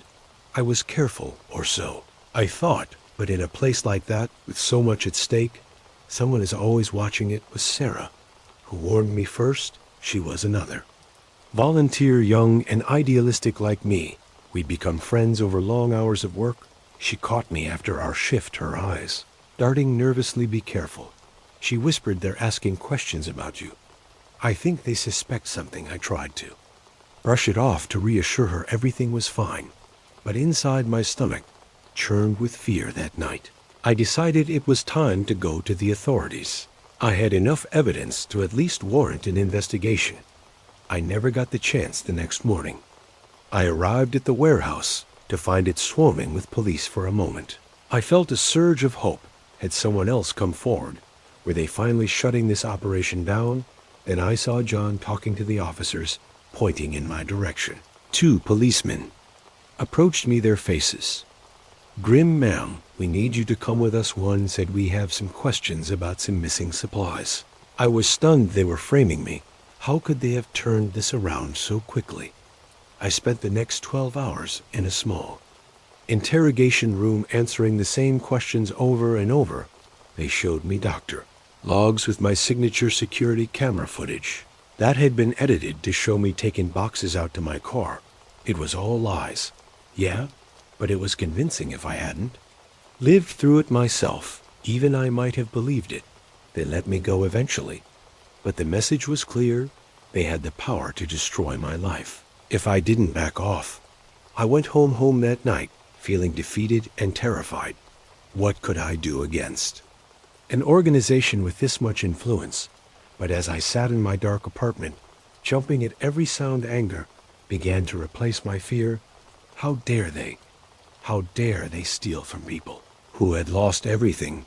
How dare they turn me into a criminal for trying to do the right thing? I knew I couldn't fight them alone. But maybe I didn't have to. I thought of Sarah, the other volunteers, who must have noticed something was wrong. And I thought of the flood victims, the ones who were suffering. Because of this corruption, I started reaching out carefully. At first, a whispered conversation here, a pointed question there. I found others who had seen things, who had suspicions, but were too afraid to speak up. Together, we began to build a case. It wasn't easy. There were close calls, moments when I was sure we'd been discovered. Once I came home to find my apartment had been ransacked. Another time, a car followed me for hours. As I drove around the city, the fear was constant, a knot in my stomach that never quite went away. But we persevered. We gathered evidence, built a network of witnesses, and finally, after weeks of work, we took our case to the state authorities. The investigation that followed was like nothing I'd ever experienced. Suddenly, I was in meetings with FBI agents, giving depositions, helping to unravel a web of corruption that went far beyond our little relief organization. It turned out the flood had just been the tip of the iceberg. JN and his associates had been skimming from disaster relief funds for years. All across the country, they had politicians in their pockets, judges on their payroll. It was bigger than I could have ever imagined. The day they made the arrest was both triumphant and terrifying. I watched from a safe house as the news showed John and the others being led away in handcuffs. But I knew it wasn't over. People like that, they have long memories and longer reach. I entered witness protection not long after. New name, new city, new life. Sometimes I miss my old life, the friends and family I had to leave behind. But then I think of the people we helped, the lives that were saved because we exposed the truth. It's been 5 years now. I still volunteer sometimes at soup kitchens or homeless shelters. I can't help it. The need to make a difference is still there, but I'm more cautious now, more aware of the darkness that can lurk behind even the noblest of causes. And sometimes, when I see a natural disaster on the news, I wonder, are there others out there right now fighting the same fight I did, risking everything to expose the truth? I hope so, because if my experience taught me anything, it's that corruption thrives in the shadows. It takes brave people willing to shine a light, no matter the cost, to drive it out.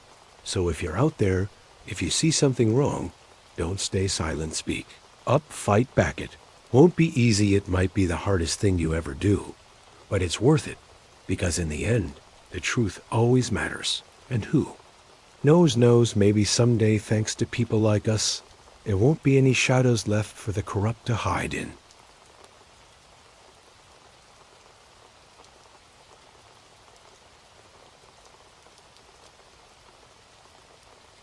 The moment I stepped into that diner, I knew something was terribly wrong.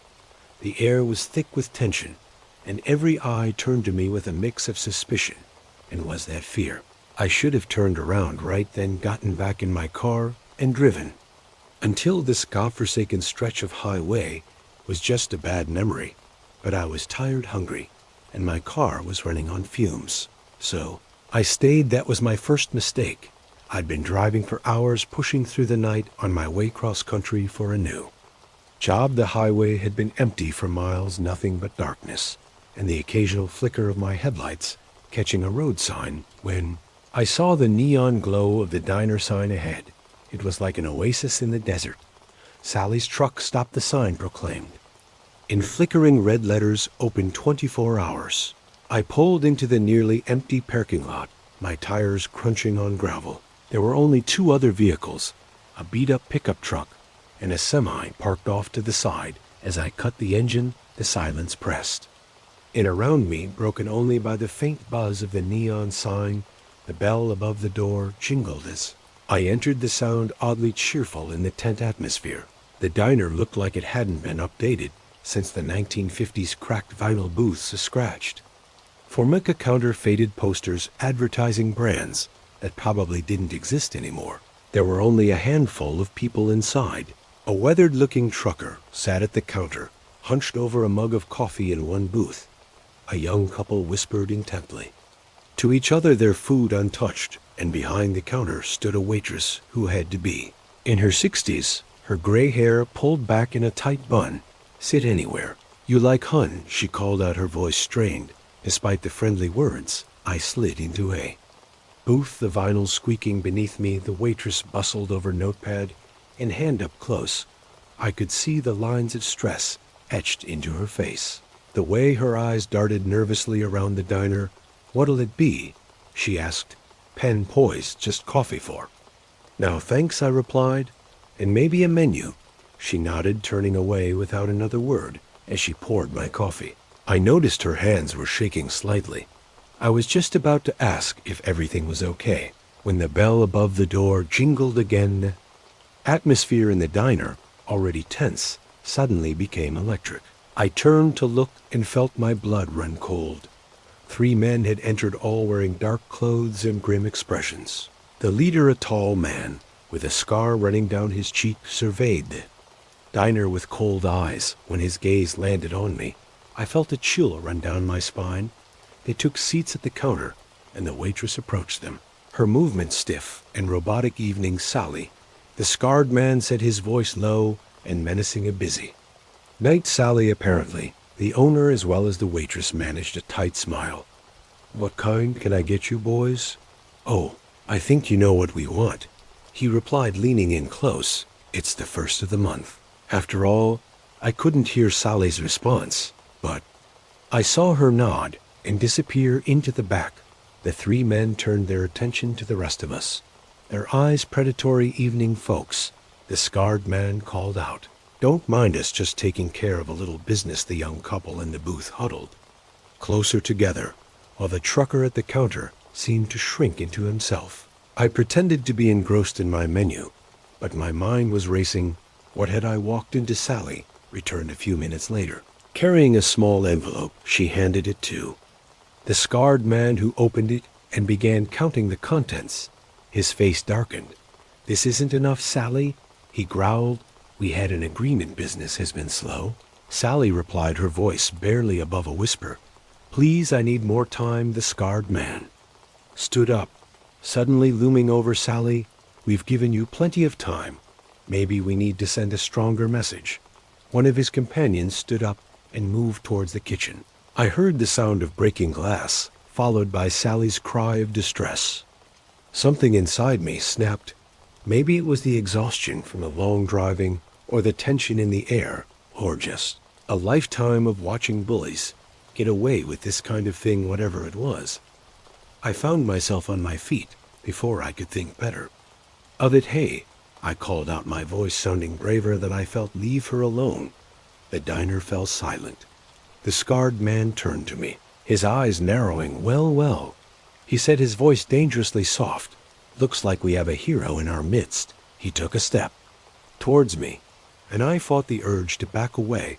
"This doesn't concern you, stranger. I suggest you sit down and mind your own business." I swallowed hard, my mouth dry. "You're terrorizing these people. That makes it my business." He laughed, a harsh sound devoid of humor.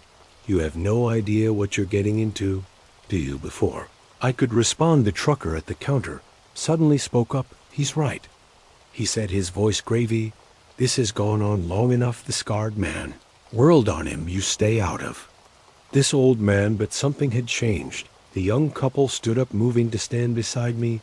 Even Sally straightened, a spark of defiance in her eyes. The scarred man looked around, suddenly realizing he was outnumbered. His companions shifted uneasily. "You're making a big mistake," he snarled. "All of you will be back, and you'll regret this." With that, they stormed out, the bell jingling angrily as the door slammed behind them. For a moment, nobody moved. Then Sally burst into tears, the tension of the moment finally breaking. The trucker went to comfort her, while the young couple sagged against each other in relief. "Thank you," Sally said, wiping her eyes. "You don't know what you've done over the next hour," fueled by fresh coffee and slices of Sally's homemade pie. I learned the full story. The three men were part of a local gang that had been extorting businesses along this stretch of highway for years. Nobody had dared stand up to them before, too afraid of retaliation. But you showed us we can. Fight back. The trucker, whose name was Bill, said, clapping me on the shoulder as the night wore on. More people arrived at the diner. Word had spread quickly about what had happened. There was a sense of cautious optimism in the air, a feeling that maybe things could change. When I finally left, the sun was just starting to peek over the horizon. Sally refused to let me pay, insisting my meal was on the house. The young couple, Tom and Sarah, pressed their phone numbers into my hand, telling me to call if I ever passed through again. As I pulled out of the parking lot, I saw Sally in my rearview mirror, waving goodbye. I waved back, a lump in my throat. I never did pass through that town again. My new job kept me busy, and life has a way of moving on. But I often think about that night, about Sally and Bill and all the others. I wonder if things really did change, if they managed to break free from the gang's control. I hope they did. I hope that one moment of collective courage was enough to spark a real change, because that's the thing about standing up to bullies sometimes. All it takes is one person to be brave, and others will find their courage too. And sometimes on long drives late at night, I'll see a diner glowing.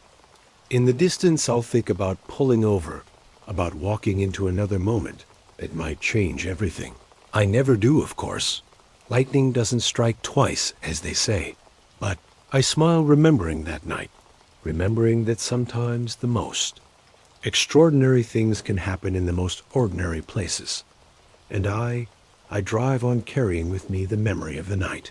I stumbled into a small town drama and just maybe helped change the course of history, even if it was just the history of one little diner on a lonely stretch of highway.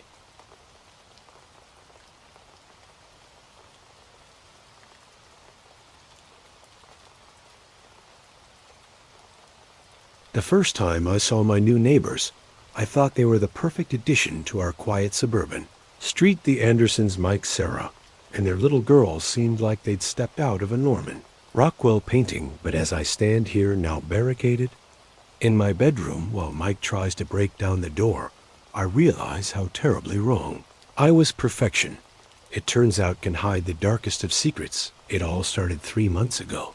I'd just gone through a messy divorce and was trying to piece my life back together in the house. I'd fought so hard to keep the moving truck pulled up next door on a sunny Saturday morning, and I watched from behind my curtains as the Andersons unloaded their life into the house that had stood empty for nearly a year.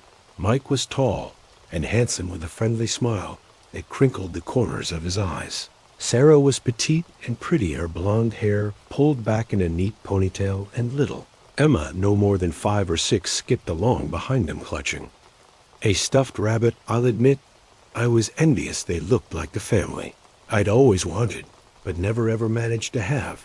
Still, I decided to be neighborly.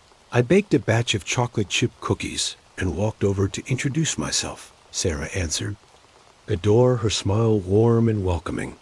"Oh, how thoughtful," she exclaimed, accepting the cookies. "Mike and Emma, come meet our new neighbor." They gathered at the door, the perfect family portrait. Mike shook my hand firmly.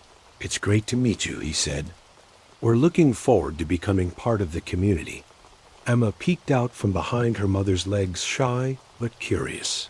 I knelt down to her level. "Hi there, Emma. I like your rabbit. Does he have a name?" She nodded solemnly. "Mr. Flopsy," she whispered. I couldn't help but smile. They seemed so normal, so nice. How could I have known what lay beneath the surface over the next few weeks? The Andersons integrated seamlessly into the neighborhood. Sarah joined the local book club. Mike volunteered to coach the Little League team. They hosted a backyard barbecue that the whole street attended. Everyone loved them. I found myself spending more and more time with Sarah. She'd invite me over for coffee in the mornings, after Mike left for work and Emma was at school, we'd sit in her immaculate kitchen gossiping and laughing like old friends. "I'm so glad we moved here," Sarah confided one morning, her hands wrapped around a steaming mug. "It's just what we needed. After everything." I raised an eyebrow, curious. "Oh, did something happen at your old place?" A shadow passed over her face so quickly. I almost missed it. "Oh, you know how it is. Sometimes you just need a fresh start." I nodded, not wanting to pry. We all had our secrets after all. But as the weeks went on, I started noticing little things at first, easily explained away. The way Sarah would flinch if Mike moved too suddenly. The times I'd hear raised voices from next door late at night. How Emma seemed to grow quieter, more withdrawn. I tried to convince myself I was imagining things, projecting my own failed marriage onto their seemingly perfect one. But the signs kept piling up. One afternoon I was in my garden when I heard a crash from the Andersons' house, followed by Sarah's muffled cry. I froze, trowel in hand, listening intently. There was silence for a moment, then the sound of Mike's voice, too low for me to make out the words. Sarah didn't make another sound. I debated with myself for a long time that night. Should I say something, do something? But what if I was wrong? What if I ruined this family over a misunderstanding And I decided to talk to Sarah. I invited her over for coffee the next morning, determined to broach the subject gently. She showed up with a bruise on her cheek, poorly concealed by makeup. "Sarah," I said softly, "what happened?" She touched her cheek, self-consciously. "Oh, this, I'm such a klutz." Walked right into the kitchen cabinet. I took a deep breath. "Sarah, I heard something yesterday. Are you sure everything's okay?" Her eyes widened, a flicker of fear passing through them before her expression smoothed out. "Of course," she said, her voice overly bright. "Everything's fine. Mike and I were very happy." I wanted to push further, but the look in her eyes stopped me. She wasn't ready to talk. I couldn't force her. After that, things changed. Sarah stopped inviting me over when we passed on the street. Her smile seemed strained, and Mike started watching me. I'd catch him staring from across the street, his eyes cold and calculating. I knew I should have done something, then called the police or a domestic violence hotline, something, but I was a coward. I told myself it wasn't my business, that I could be misreading the situation, until the night I'd heard Emma screaming. It was past midnight. I'd been having trouble sleeping and was sitting by my bedroom window when I heard it, a child's terrified shriek, quickly muffled. I was out of my house and pounding on their door before I even realized what I was doing.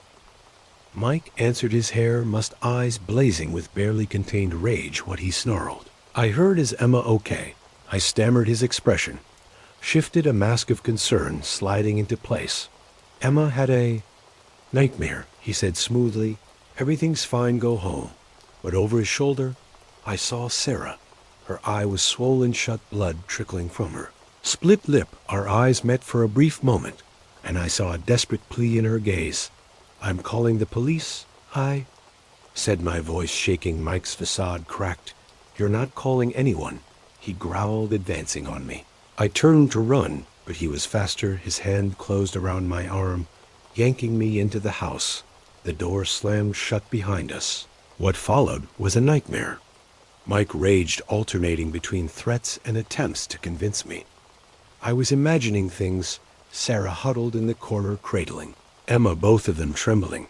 I managed to break free, to lock myself in the guest bedroom.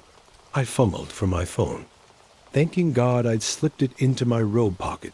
The 911 operator's voice was calm, reassuring. Help was on the way. She said, "Just hold on."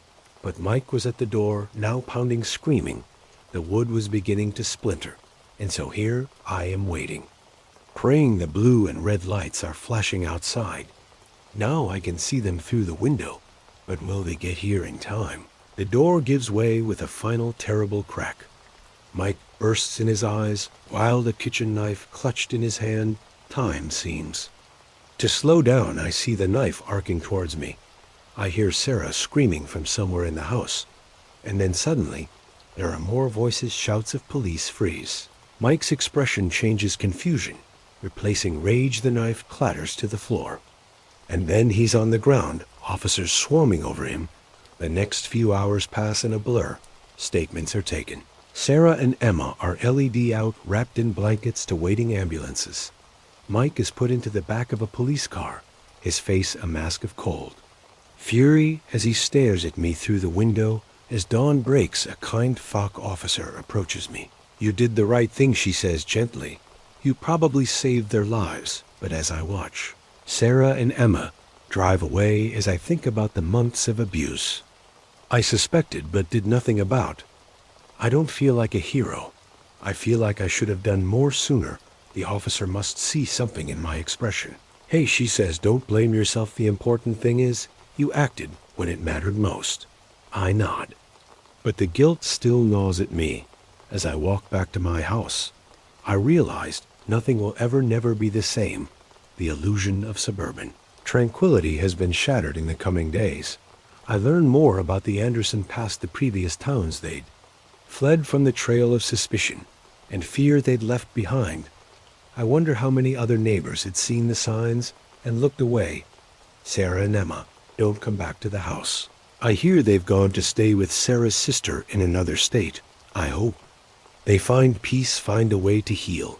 As for me, I'm left with the knowledge that evil can hide behind the most normal of facades, that sometimes being a good neighbor means being willing to step in, to risk everything, to help someone in need. The house next door stands empty now, a silent reminder of the secrets it once held, and every night I find myself watching, wondering about the lives being lived behind closed doors, all around me, wondering if I'll have the courage to act, if I ever hear another scream in the night.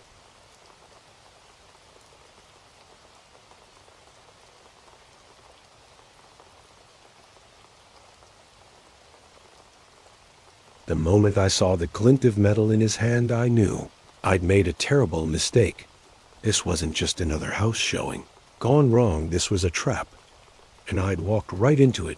As the man's cold eyes locked onto mine, I realized with horrifying clarity that I might not make it out of this empty house alive. It had started like any other day in my life as a real estate agent. I'd been in the business for over a decade, and while I'd had my share of odd clients and creepy houses, nothing had prepared me for what was about to unfold. The call came in just as I was about to head home for the day.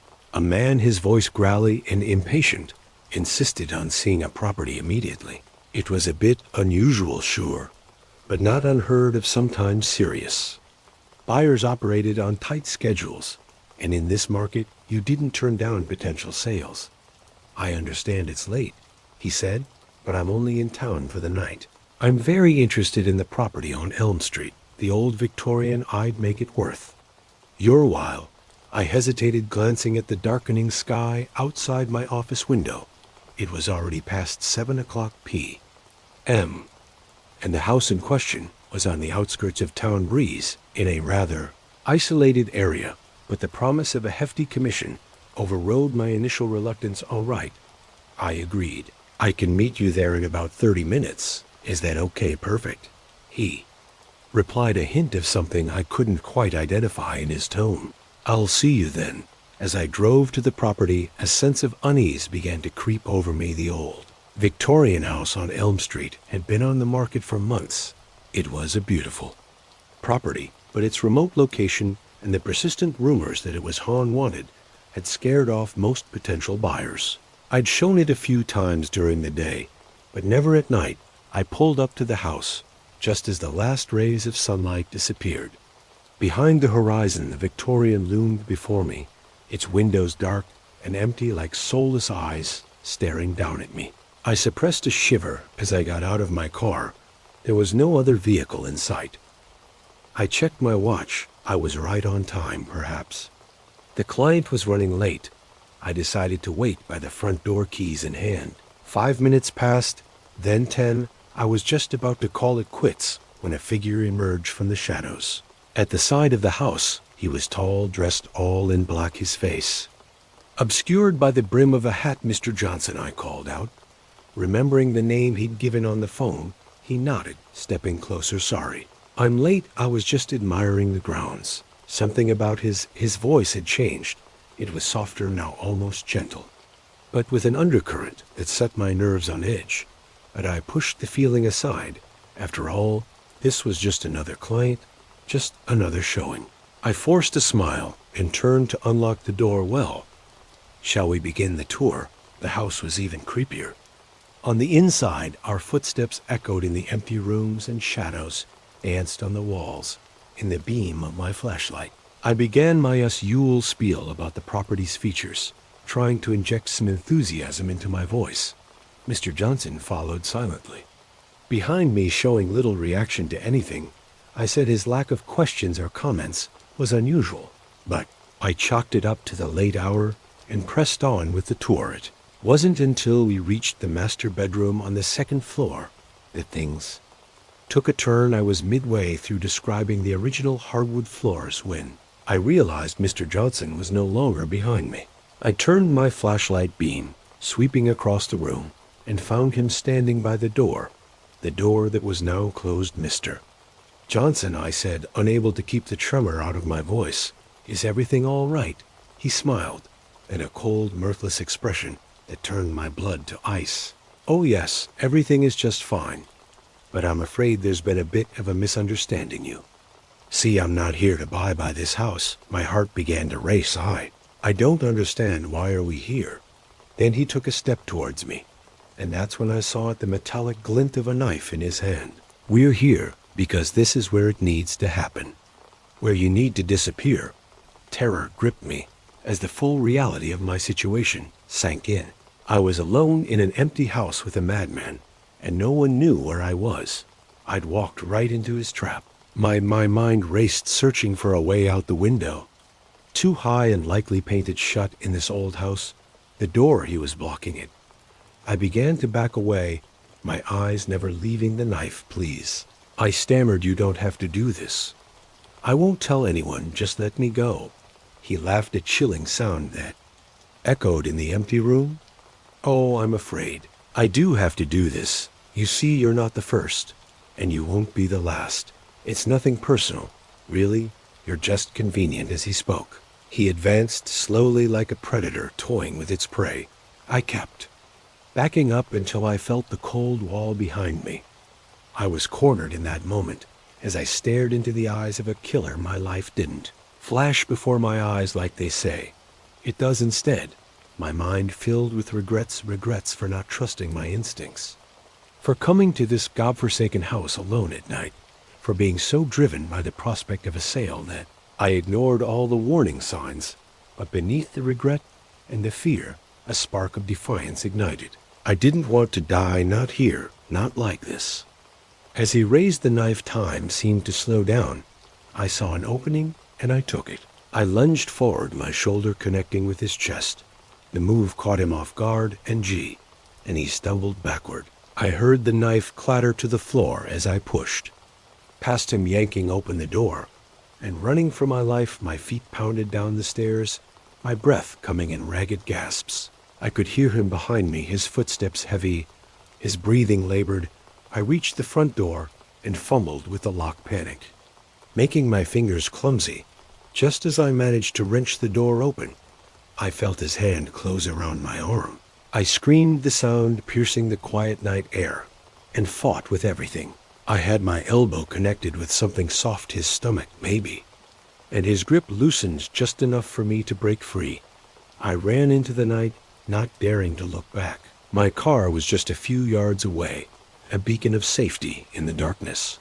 I reached it, my hand shaking so badly I could barely get the key in the lock. As I finally wrenched the door open and threw myself inside, I caught a glimpse of him in my rearview mirror, standing on the porch, watching me. I peeled out of the driveway, gravel spitting from under my tires. I didn't slow down until I reached the police station, my heart still pounding, tears streaming down my face. The aftermath was a blur of police statements and crime scene investigations. They found evidence in the house, hidden rooms, tools of torture, trophies from other victims. Mr. John's son, whose real name turned out to be Gerald Hoffman, had been using empty houses as his killing grounds for years. He'd prey on real estate agents, luring them to remote properties, and murdering them they caught him. 2 weeks later trying to pull the same trick in another town when they showed me his photo to identify him, I felt a chill run down my spine.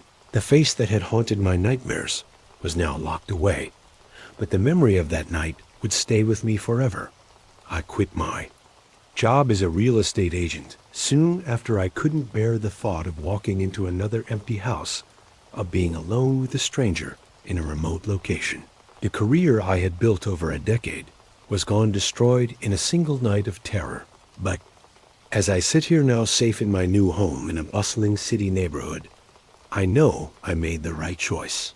I'm one of the lucky ones I survived, and every day I'm grateful for that second chance sometimes when I pass a for sale sign or see a real estate agent leading clients into a house. I'm tempted to warn them, to tell them about the dangers that can lurk behind closed doors, about the predators who use our trust against us. But I know most wouldn't believe me after all, who expects a simple house showing to turn into a fight for survival. So instead, I've become an advocate for safety in the real estate industry. I speak at conferences, write articles, anything I can do to spread awareness, because while my story had a lucky ending, I know there are others out there who weren't so fortunate. And if I can prevent even one more person from walking into the trap I narrowly escaped, then maybe, just maybe, some good can come from that terrifying night.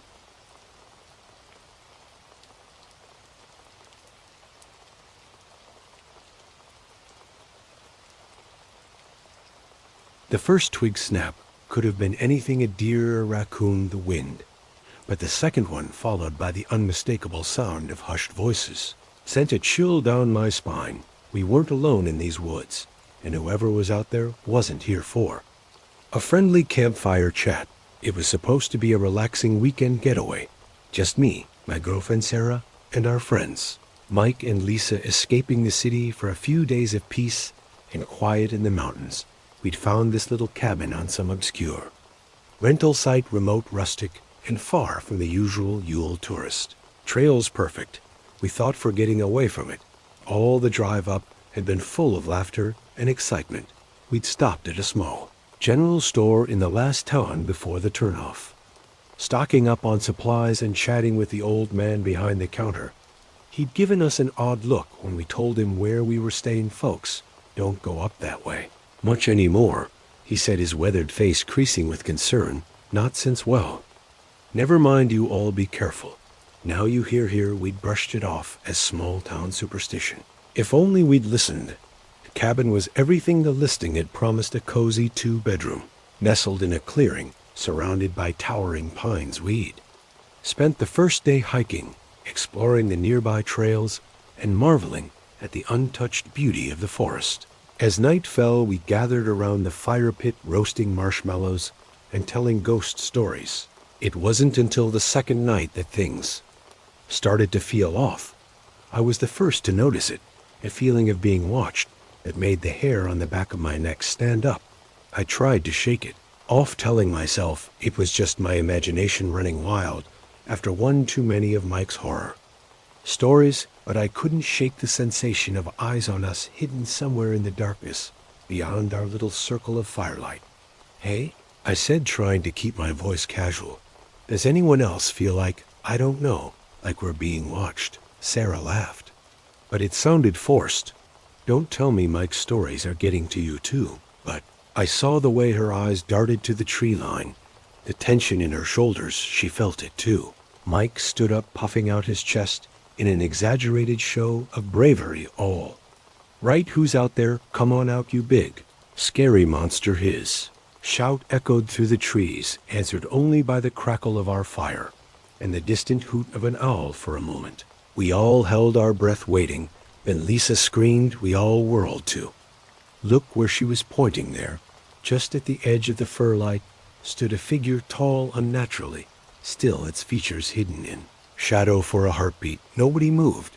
Then the figure turned and melted back into the darkness of the forest. Panic erupted. Lisa was sobbing, clinging to Mike. Sarah had grabbed my arm so tight it hurt. What the hell was that? Mike's voice was high, all pretense of bravery gone.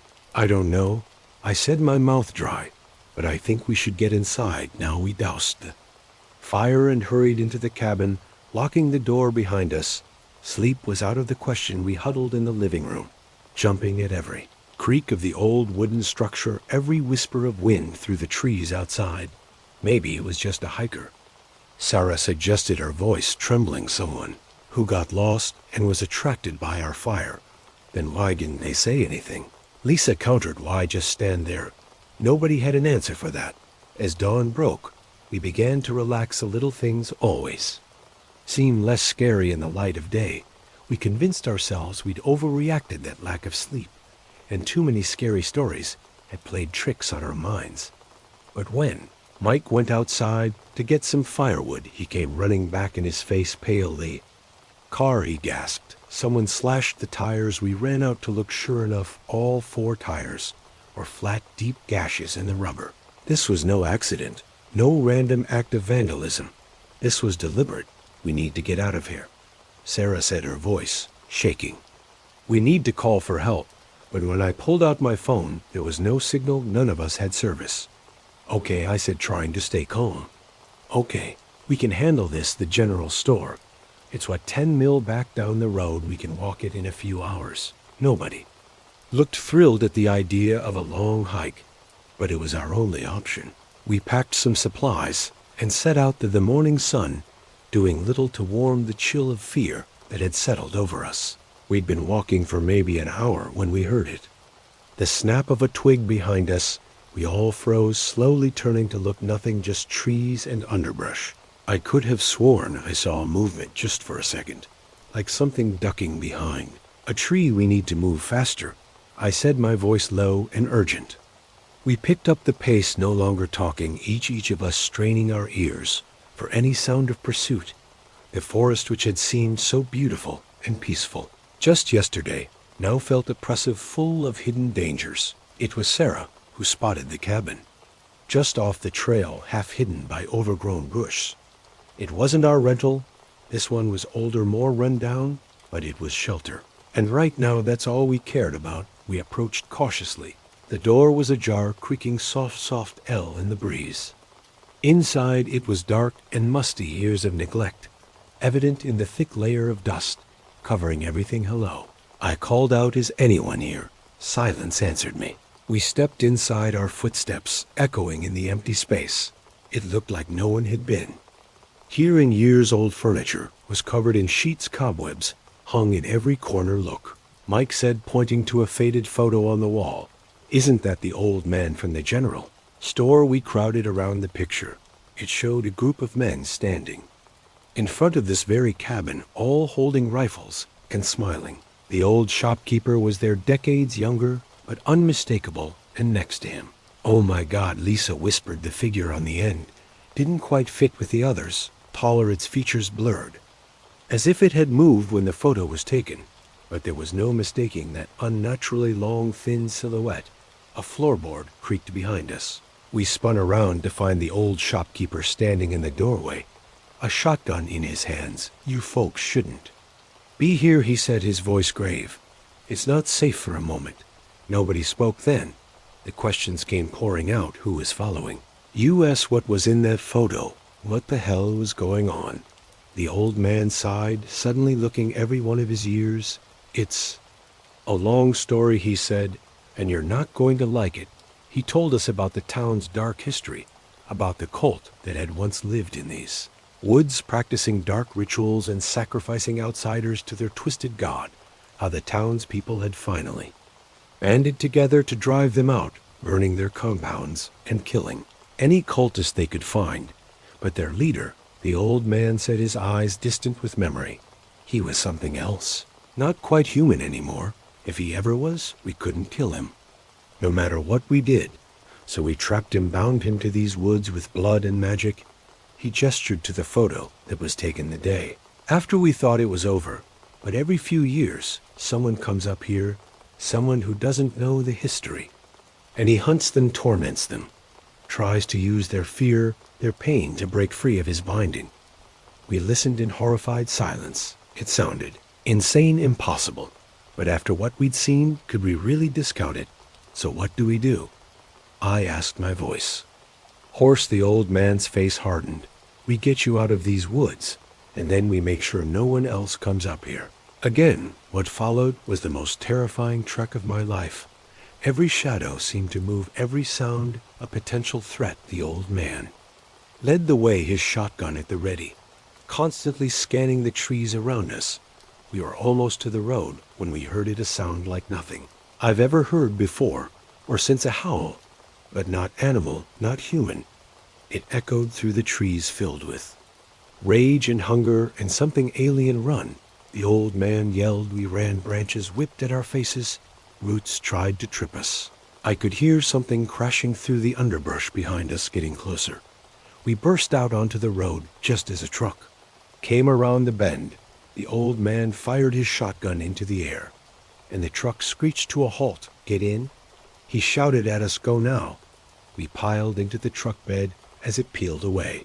I caught one last glimpse of the woods. There, just at the tree line, stood a figure, tall, impossibly thin, its arms too long, its face a blur of features. It raised one elongated hand, as if in farewell.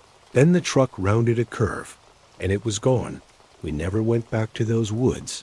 The old man made sure the cabin rental was taken down the road, blocked off. He said he'd make sure no one else wandered into that thing's territory. Sometimes late at night, I still hear that howl in my dreams. I wake up in a cold sweat, the memory of those woods, that figure still fresh in my mind. And I wonder, is it still out there waiting? And what happens when the old man is gone and there's no one left to keep people away? I pray I never have to find out.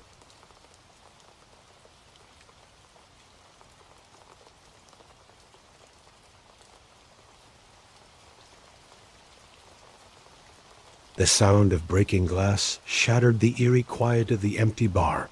My heart leapt into my throat as I spun around, dish towel still in hand, to face the group of men who refused to leave. Their eyes gleamed with malicious intent in the dim light. And I knew in that moment that this shift was about to become a fight for survival. I'd been working at Al's for about 6 months. It wasn't glamorous, but the late-night bartending gig paid well enough to cover my college tuition. Most nights were uneventful, a few regulars nursing their beers, maybe the occasional rowdy group that needed to be gently encouraged to head home. But nothing could have prepared me for what happened that night. It started like any other Tuesday. The usual crowd had trickled in and out, leaving behind a mess of empty glasses and peanut shells. By 1 o'clock the place was empty, save for a group of 5 men huddled in a corner booth. They'd been there for hours, getting progressively louder and more belligerent with each round. I'd already cut them off an hour ago, much to their vocal displeasure now. As I wiped down the bar and counted down the minutes until closing time, I could feel their eyes on me. The weight of their stares made my skin crawl. All right, gentlemen, I called out, forcing a cheerful tone. It's last call time to settle up and head out. The largest of the group, a burly man with a shaved head and arms covered in tattoos, stood up. He swayed slightly, steadying himself on the table. We ain't going nowhere, sweetheart. He slurred the parts. Just getting started. I felt a chill run down my spine, but kept my voice firm. I'm sorry, but we're closed. I'm going to have to insist you leave. That's when he picked up his empty beer bottle and hurled it against the wall. The crash seemed to echo in the silent bar, punctuated by the man's harsh laughter. What you going to do about it, little girl? He taunted. His friends joined in their laughter, a chorus of menace. I reached for my phone, intending to call the police, but the tattooed man was quicker. He vaulted over the bar with surprising agility for someone so intoxicated, knocking the phone from my hand. It skittered across the floor, disappearing under a table. Now, he said, his breath hot on my face. Let's not involve the cops. This is between us. I backed away, my heart pounding. The other men were spreading out, blocking the exits. I was trapped. Look, I said, trying to keep my voice ready. Take whatever's in the till. I won't stop you, just please leave. The man chuckled, a sound devoid of any real humor. We'll take the money, But that's not all we want. His intentions were clear in his leering gaze. Panic surged through me, but with it came a rush of adrenaline. I wasn't going down without a fight. I grabbed the first thing my hand touched, a bottle of expensive whiskey, and swung it with all my might. It connected with the side of the man's head with a satisfying cheek. He staggered back, more surprised than hurt, but it gave me the opening. I vaulted over the bar, narrowly avoiding the grasping hands of one of his friends. My mind raced, searching for a way out. The front door was blocked, but there was a back exit through the kitchen. If I could just reach it. I sprinted towards the kitchen, dodging tables and chairs behind me. I could hear the men shouting their heavy footsteps. Giving chase, I burst through the swinging doors into the kitchen, my eyes frantically scanning for a weapon. My hand closed around the handle of a heavy cast iron skillet. Just as the first man entered the kitchen, I swung without hesitation, the pan connecting with his face. With a sickening crunch, he went down hard. But there was no time to feel relieved. The others were right behind him. I backed up, wielding the skillet like a shield. Stay back. I yelled, my voice sounding braver. Then I felt the tattooed man appeared in the doorway, blood trickling from where the whiskey bottle had struck him. His eyes were cold with rage.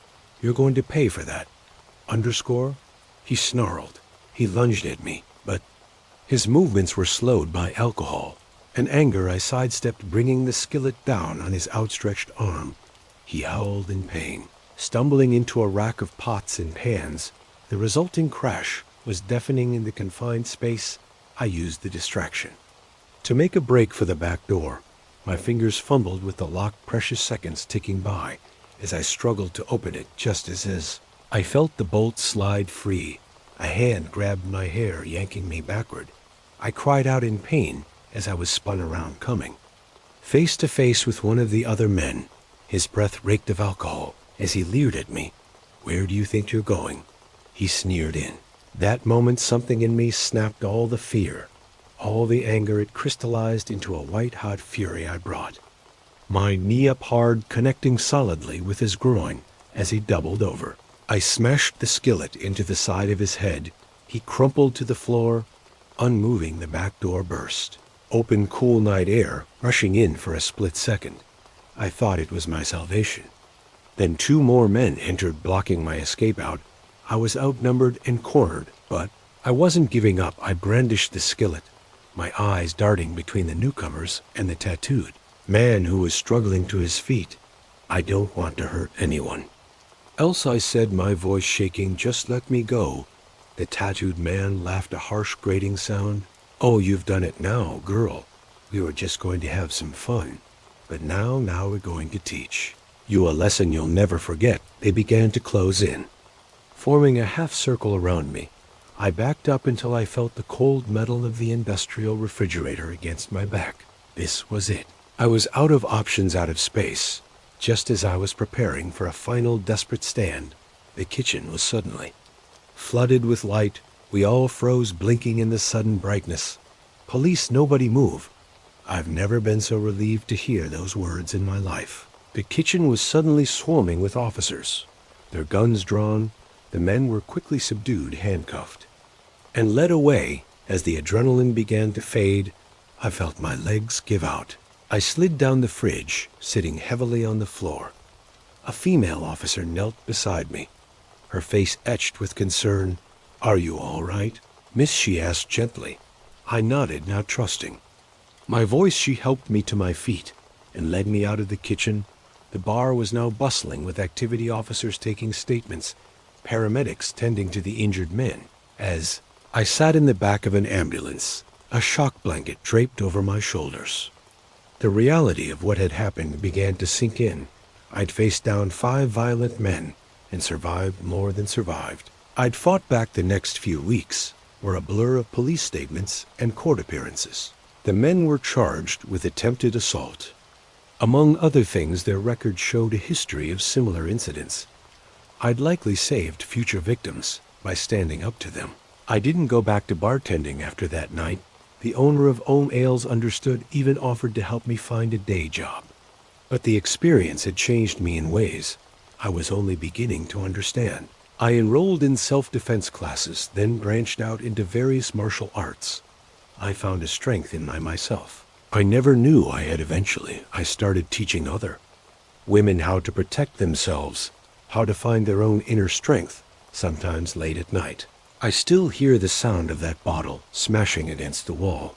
I still feel the terror of being cornered, outnumbered, but those memories no longer paralyze me. Instead, they remind me of what I'm capable of when pushed to my limits. That night in the bar was the worst experience of my life, but it was also the night I discovered my true strength, and for that, in a strange way, I'm almost grateful. Now when I look in the mirror, I don't see a victim. I see a survivor, a fighter, and I know that no matter what life throws at me, I have the strength to face it head on.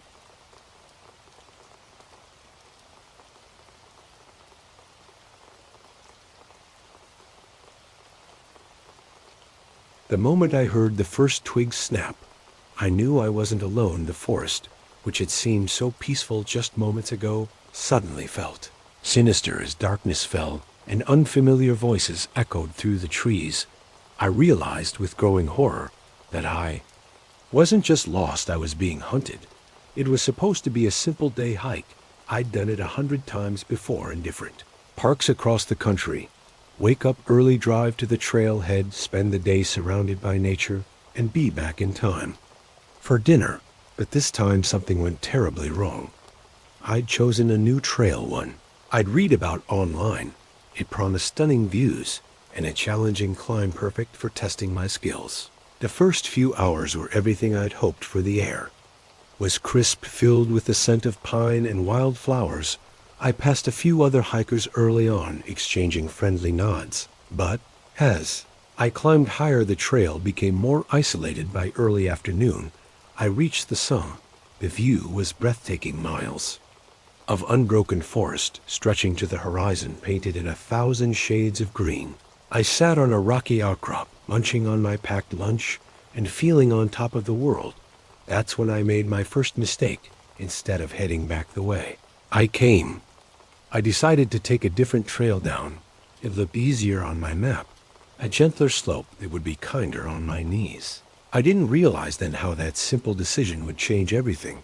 As at first the new trail seemed fine, a bit overgrown, perhaps, but still clearly marked. But as I descended, things started to feel off. The markers became fewer and farther between. The path narrowed, sometimes disappearing entirely under thick underbrush. More than once, I had to backtrack after reaching dead ends. As the hours wore on, a sick feeling grew in my stomach. I should have reached the bottom by now. The sun was sinking lower, casting long shadows through the trees. I pulled out my phone, hoping to use GPS to find my way, only to find there was no signal. Of course, I was miles from the nearest cell tower. Panic started to set in. I was lost alone in an unfamiliar forest with night approaching. I took a deep breath, trying to stay calm. I had supplies, water, some energy bars, a flashlight. I could make it through the night if I had to. In the morning, I'd find my way out. I just needed to keep a level head. That's when I heard it, a voice distant but clear, calling out, "Hello. Is someone there?" Relief washed over me. Other hikers, they must be lost too. Maybe together we could find our way back. "Hey," I shouted back, "I'm over here." I'm lost. Silence for a moment, then another voice closer. "This time we hear you. Stay where you are. We're coming." I waited, heart pounding with a mixture of fear and hope. The voices grew closer, and I could hear the sound of people moving through the underbrush. But as they approached, something felt wrong. The way they were calling to each other, it didn't sound like lost hikers. It sounded like they were coordinating, almost like a hunt. Ice ran through my veins as I realized my mistake. These weren't rescuers. They weren't even fellow hikers. They were something else entirely. And highly, I had just given away my position. I didn't wait to see who or what was coming for me. I ran. Branches whipped at my face as I crashed through the forest. I could hear them behind me now, no longer bothering to hide there. Pursuit shouts echoed through the trees, getting closer no matter how fast I ran. She went this Wait, don't let her reach the river, spread out. Cut her off, river. What river? I hadn't seen any. River on my map, but right now a river sounded like salvation. If I could reach it, maybe I could follow it downstream, find help. I ran blindly, my lungs burning, heart pounding in my ears. The light was fading fast. Now the forest around me turning into a maze of shadows. More than once I stumbled, barely catching myself before I fell, and still they came, always behind me, always getting closer. Just when I thought I couldn't run another step, I heard it, the faint sound of rushing water, the river. I pushed myself harder, hope giving me a final burst of speed. I burst out of the tree line onto a rocky bank. The river stretched before me, wide and fast, flowing too wide to cross safely, especially in the growing darkness. But it was my only chance. I was about to plunge in when a voice rang out closer than ever. Stop right there. I spun around. A man emerged from the trees. Then another and another. Soon I was surrounded by a group of men, all dressed in dark clothing, all carrying were those guns. Well, one of them said, stepping forward. He seemed to be the leader, older than the others, with a face weathered by years in the outdoors. Looks like we caught ourselves a lost little lamb, please. I gasped, still trying to catch my breath. I'm just a hiker. I got lost. I don't want any trouble. The man laughed, a cold sound that sent chills down my spine. Oh, you're in trouble, all right.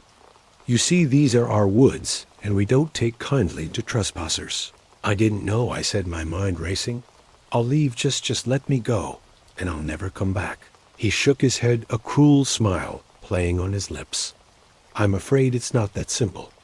You see, we have a tradition in these parts, a way of dealing with folks who wander where they don't belong. The other men were closing in, now forming a tight circle around me. I could see the excitement in their eyes, the anticipation. This was a game to them, and I was the prey. What do you want from me? I asked, hating how my voice trembled. The leader's smile widened. We're going to give you a sporting chance, a head start. If you will, you run, and we hunt if you can make it out of these woods. By sunrise, you're free to go. If not, he left the sentence unfinished, but his meaning was clear. I looked around, desperately searching for a way out, but there was nowhere to go. The men blocked the way back into the forest, and behind me was the river.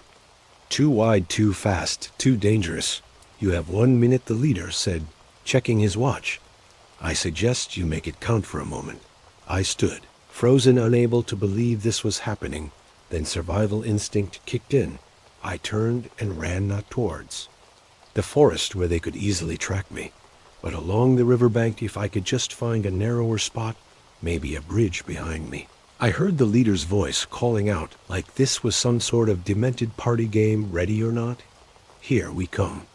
I ran like I've never run before. The rocky bank was treacherous in the darkness, and more than once I nearly pitched into the rushing water, but fear drove me on. The sound of pursuit spurring me to impossible speeds. I don't know how long I ran. Time lost all meaning in the darkness, measured only by the pounding of my heart and the ragged gasps of my breathing.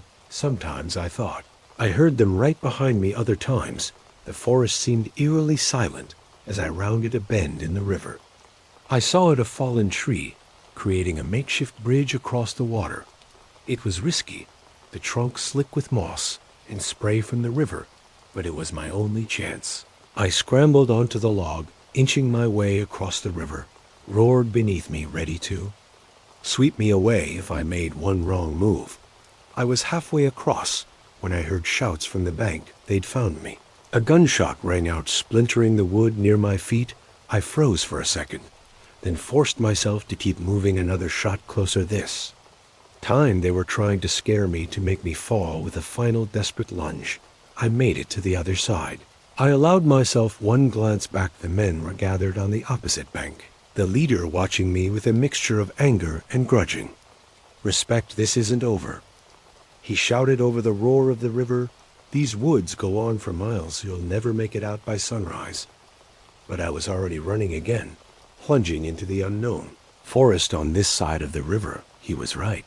I had no idea where I was, no idea if I was even running in the right direction. but I had to try. The rest of the night was a blur of fear and exhaustion. I ran until I couldn't run anymore, then walked, then crawled. Every sound made me jump certain. They had somehow crossed the river and found me again. As the sky began to lighten with the first hints of dawn, I finally broke through the tree line. A road stretched before me, empty in the early morning light. I wanted to cry with relief. A car appeared in the distance. I waved my arms frantically, probably looking like a madwoman. The car slowed, then stopped. An old man peered out at me, concern etched on his face. "Are you all right, miss?" he asked. I opened my mouth to explain, but no words came out. How could I possibly describe what I'd been through in the end? I simply shook my head. "Let's get you to the hospital," he said, gently opening the passenger door as we drove away. I watched the forest recede. In the side mirror, somewhere in those woods, a group of men were probably realizing their prey had escaped. I shuddered, wondering how many others hadn't been so lucky. I never went hiking alone again after that night, but sometimes when I see a trailhead leading into dense woods, I think about those men, and I wonder if they're still out there, waiting for the next unsuspecting hiker to stumble into their twisted game.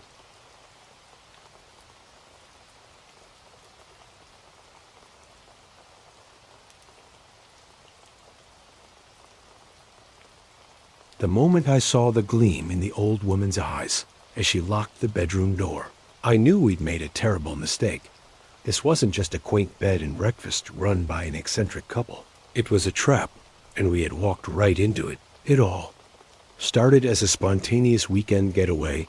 My girlfriend Lisa and I had been dating for about a year, and we decided to celebrate our anniversary with a trip to the countryside. We wanted something different from the usual tourist spots. So when we stumbled upon an ad for a charming bed and breakfast nestled in the rolling hills of a remote valley, it seemed perfect.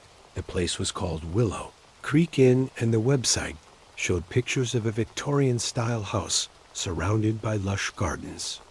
The rates were surprisingly affordable, and the reviews, though few, were glowing. We booked it without a second thought. The drive out was beautiful. We left the city behind, watching as towering skyscrapers gave way to farmland and then dense forests. As we wound our way deeper into the valley, I couldn't shake a growing sense of isolation. We hadn't passed another car in over an hour, and our cell phones had lost signal. "Miles back, are you sure this is the right way?" Lisa asked, peering at the handwritten directions we'd printed out. I nodded, though I was starting to have doubts myself. The website said it was pretty remote, part of the charm. Right just as we were considering turning back, we rounded a bend, and there it was, Willow Creek Inn. Looked exactly like the photos. A grand old house with a wide porch surrounded by willows. It was like stepping back in time. An elderly couple emerged from the front door as we pulled up. They introduced themselves as George and Martha. The owners, they were the picture of small town hospitality, all warm smiles and folksy charm. "We're so glad you found us," Martha said, her eyes crinkling at the corners. "We don't get many visitors these days." George grabbed our bags before I could protest, surprisingly spry for a man his age. "Let's get you two lovebirds settled in," he said with a wink. The inside of the inn was like a museum. Antique furniture, faded photographs on the walls, even an old gramophone in the corner. It was fascinating, but something about it made me uneasy. It felt less like a living space and more like a perfectly preserved moment in time. Our room was on the second floor at the end of a long hallway. George set our bags down, and Martha fussed with the curtain, chattering away about the history of the house. "This room has a special history," she said, her voice taking on an almost reverent tone. "So many happy couples have stayed here over the years. Some say the room itself is blessed with love." I shared a bemused look with Lisa. It was a bit much, but hey, it was all part of the experience, right? "Dinner will be at 7 o'clock, George announced. "We eat together here like family." With that, they left us to unpack. As soon as the door closed, Lisa flopped onto the bed with a giggle. "Okay, this place is weird," she said, "but kind of adorable, right?" I nodded, but I couldn't shake a nagging feeling that something was off. Yeah, it's charming. We freshened up and headed down for dinner. The dining room was as ornate as the rest of the house, with a long table set for four. George and Martha joined us, serving a hearty meal of pot roast and vegetables. The conversation was pleasant enough, mostly George and Martha sharing stories about the area and past guests. But there was something odd about the way they talked, as if they were reciting lines from a script. "So how long have you two been running this place?" I asked during a lull. Martha and George exchanged a quick glance. "Oh, goodness," Martha said with a laugh. "It feels like for forever." "Doesn't it, dear?" George nodded. "Time has a way of blending together out here." It wasn't really an answer, but before I could press further, Martha stood up abruptly. "Who's ready for dessert?" After dinner, we retired to our room. Lisa was charmed by the whole experience, but I couldn't shake my unease. "Don't you think they're a little odd?" I asked as we got ready for bed. Leigh shrugged. "They're old, and they live in the middle of nowhere. Of course, they're a little eccentric." I tried to let it go, but sleep didn't come easily. The house creaked and groaned in the night, and more than once I thought I heard footsteps in the hallway.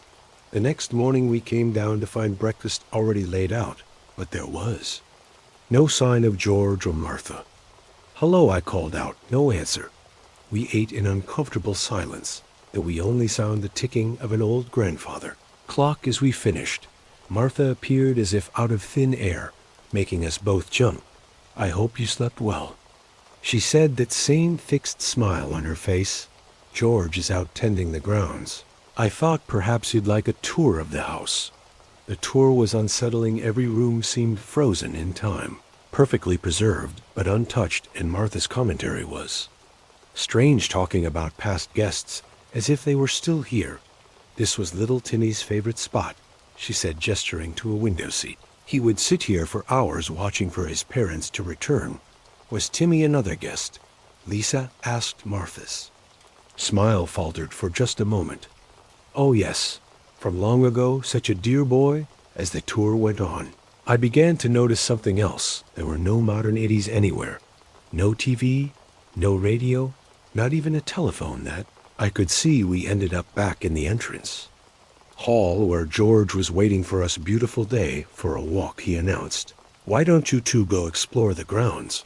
But be sure to stay on the paths. It's easy to get turned around out there." The warning in his voice was clear. Don't wander too far outside. Lisa and I finally had a chance to talk privately. "Okay, you're right," she admitted. "This place is weird. Maybe we should leave early." I nodded, relieved she was on the same page. "Let's pack up and go after lunch. We can make up an excuse about work or something." But when we returned to the house, things took a turn from unsettling to terrifying. Our room had been tidied while we were out. Our bags were unpacked, our clothes put away in ancient dressers, and our car keys, which I distinctly remembered leaving on the bedside table, were nowhere to be found. "George, Martha," I called out, trying to keep the panic out of my voice. "We seem to have misplaced our keys." Martha appeared in the doorway, that same placid smile on her face. "Oh dear, how careless, but not to worry. You don't need to leave your home now." The way she said it sent chills down my spine. Lisa grabbed my hand, squeezing it tight. "That's very kind," I said, forcing a smile. "But we really do need to get back work, you know." Martha's smile didn't waver, but her eyes hardened. "I'm afraid that's not possible.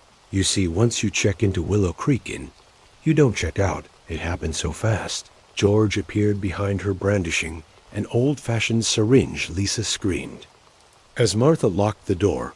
I tried to fight to protect Lisa, but whatever was in that syringe worked quickly as my vision blurred and my limbs grew heavy. I heard Martha's soothing voice.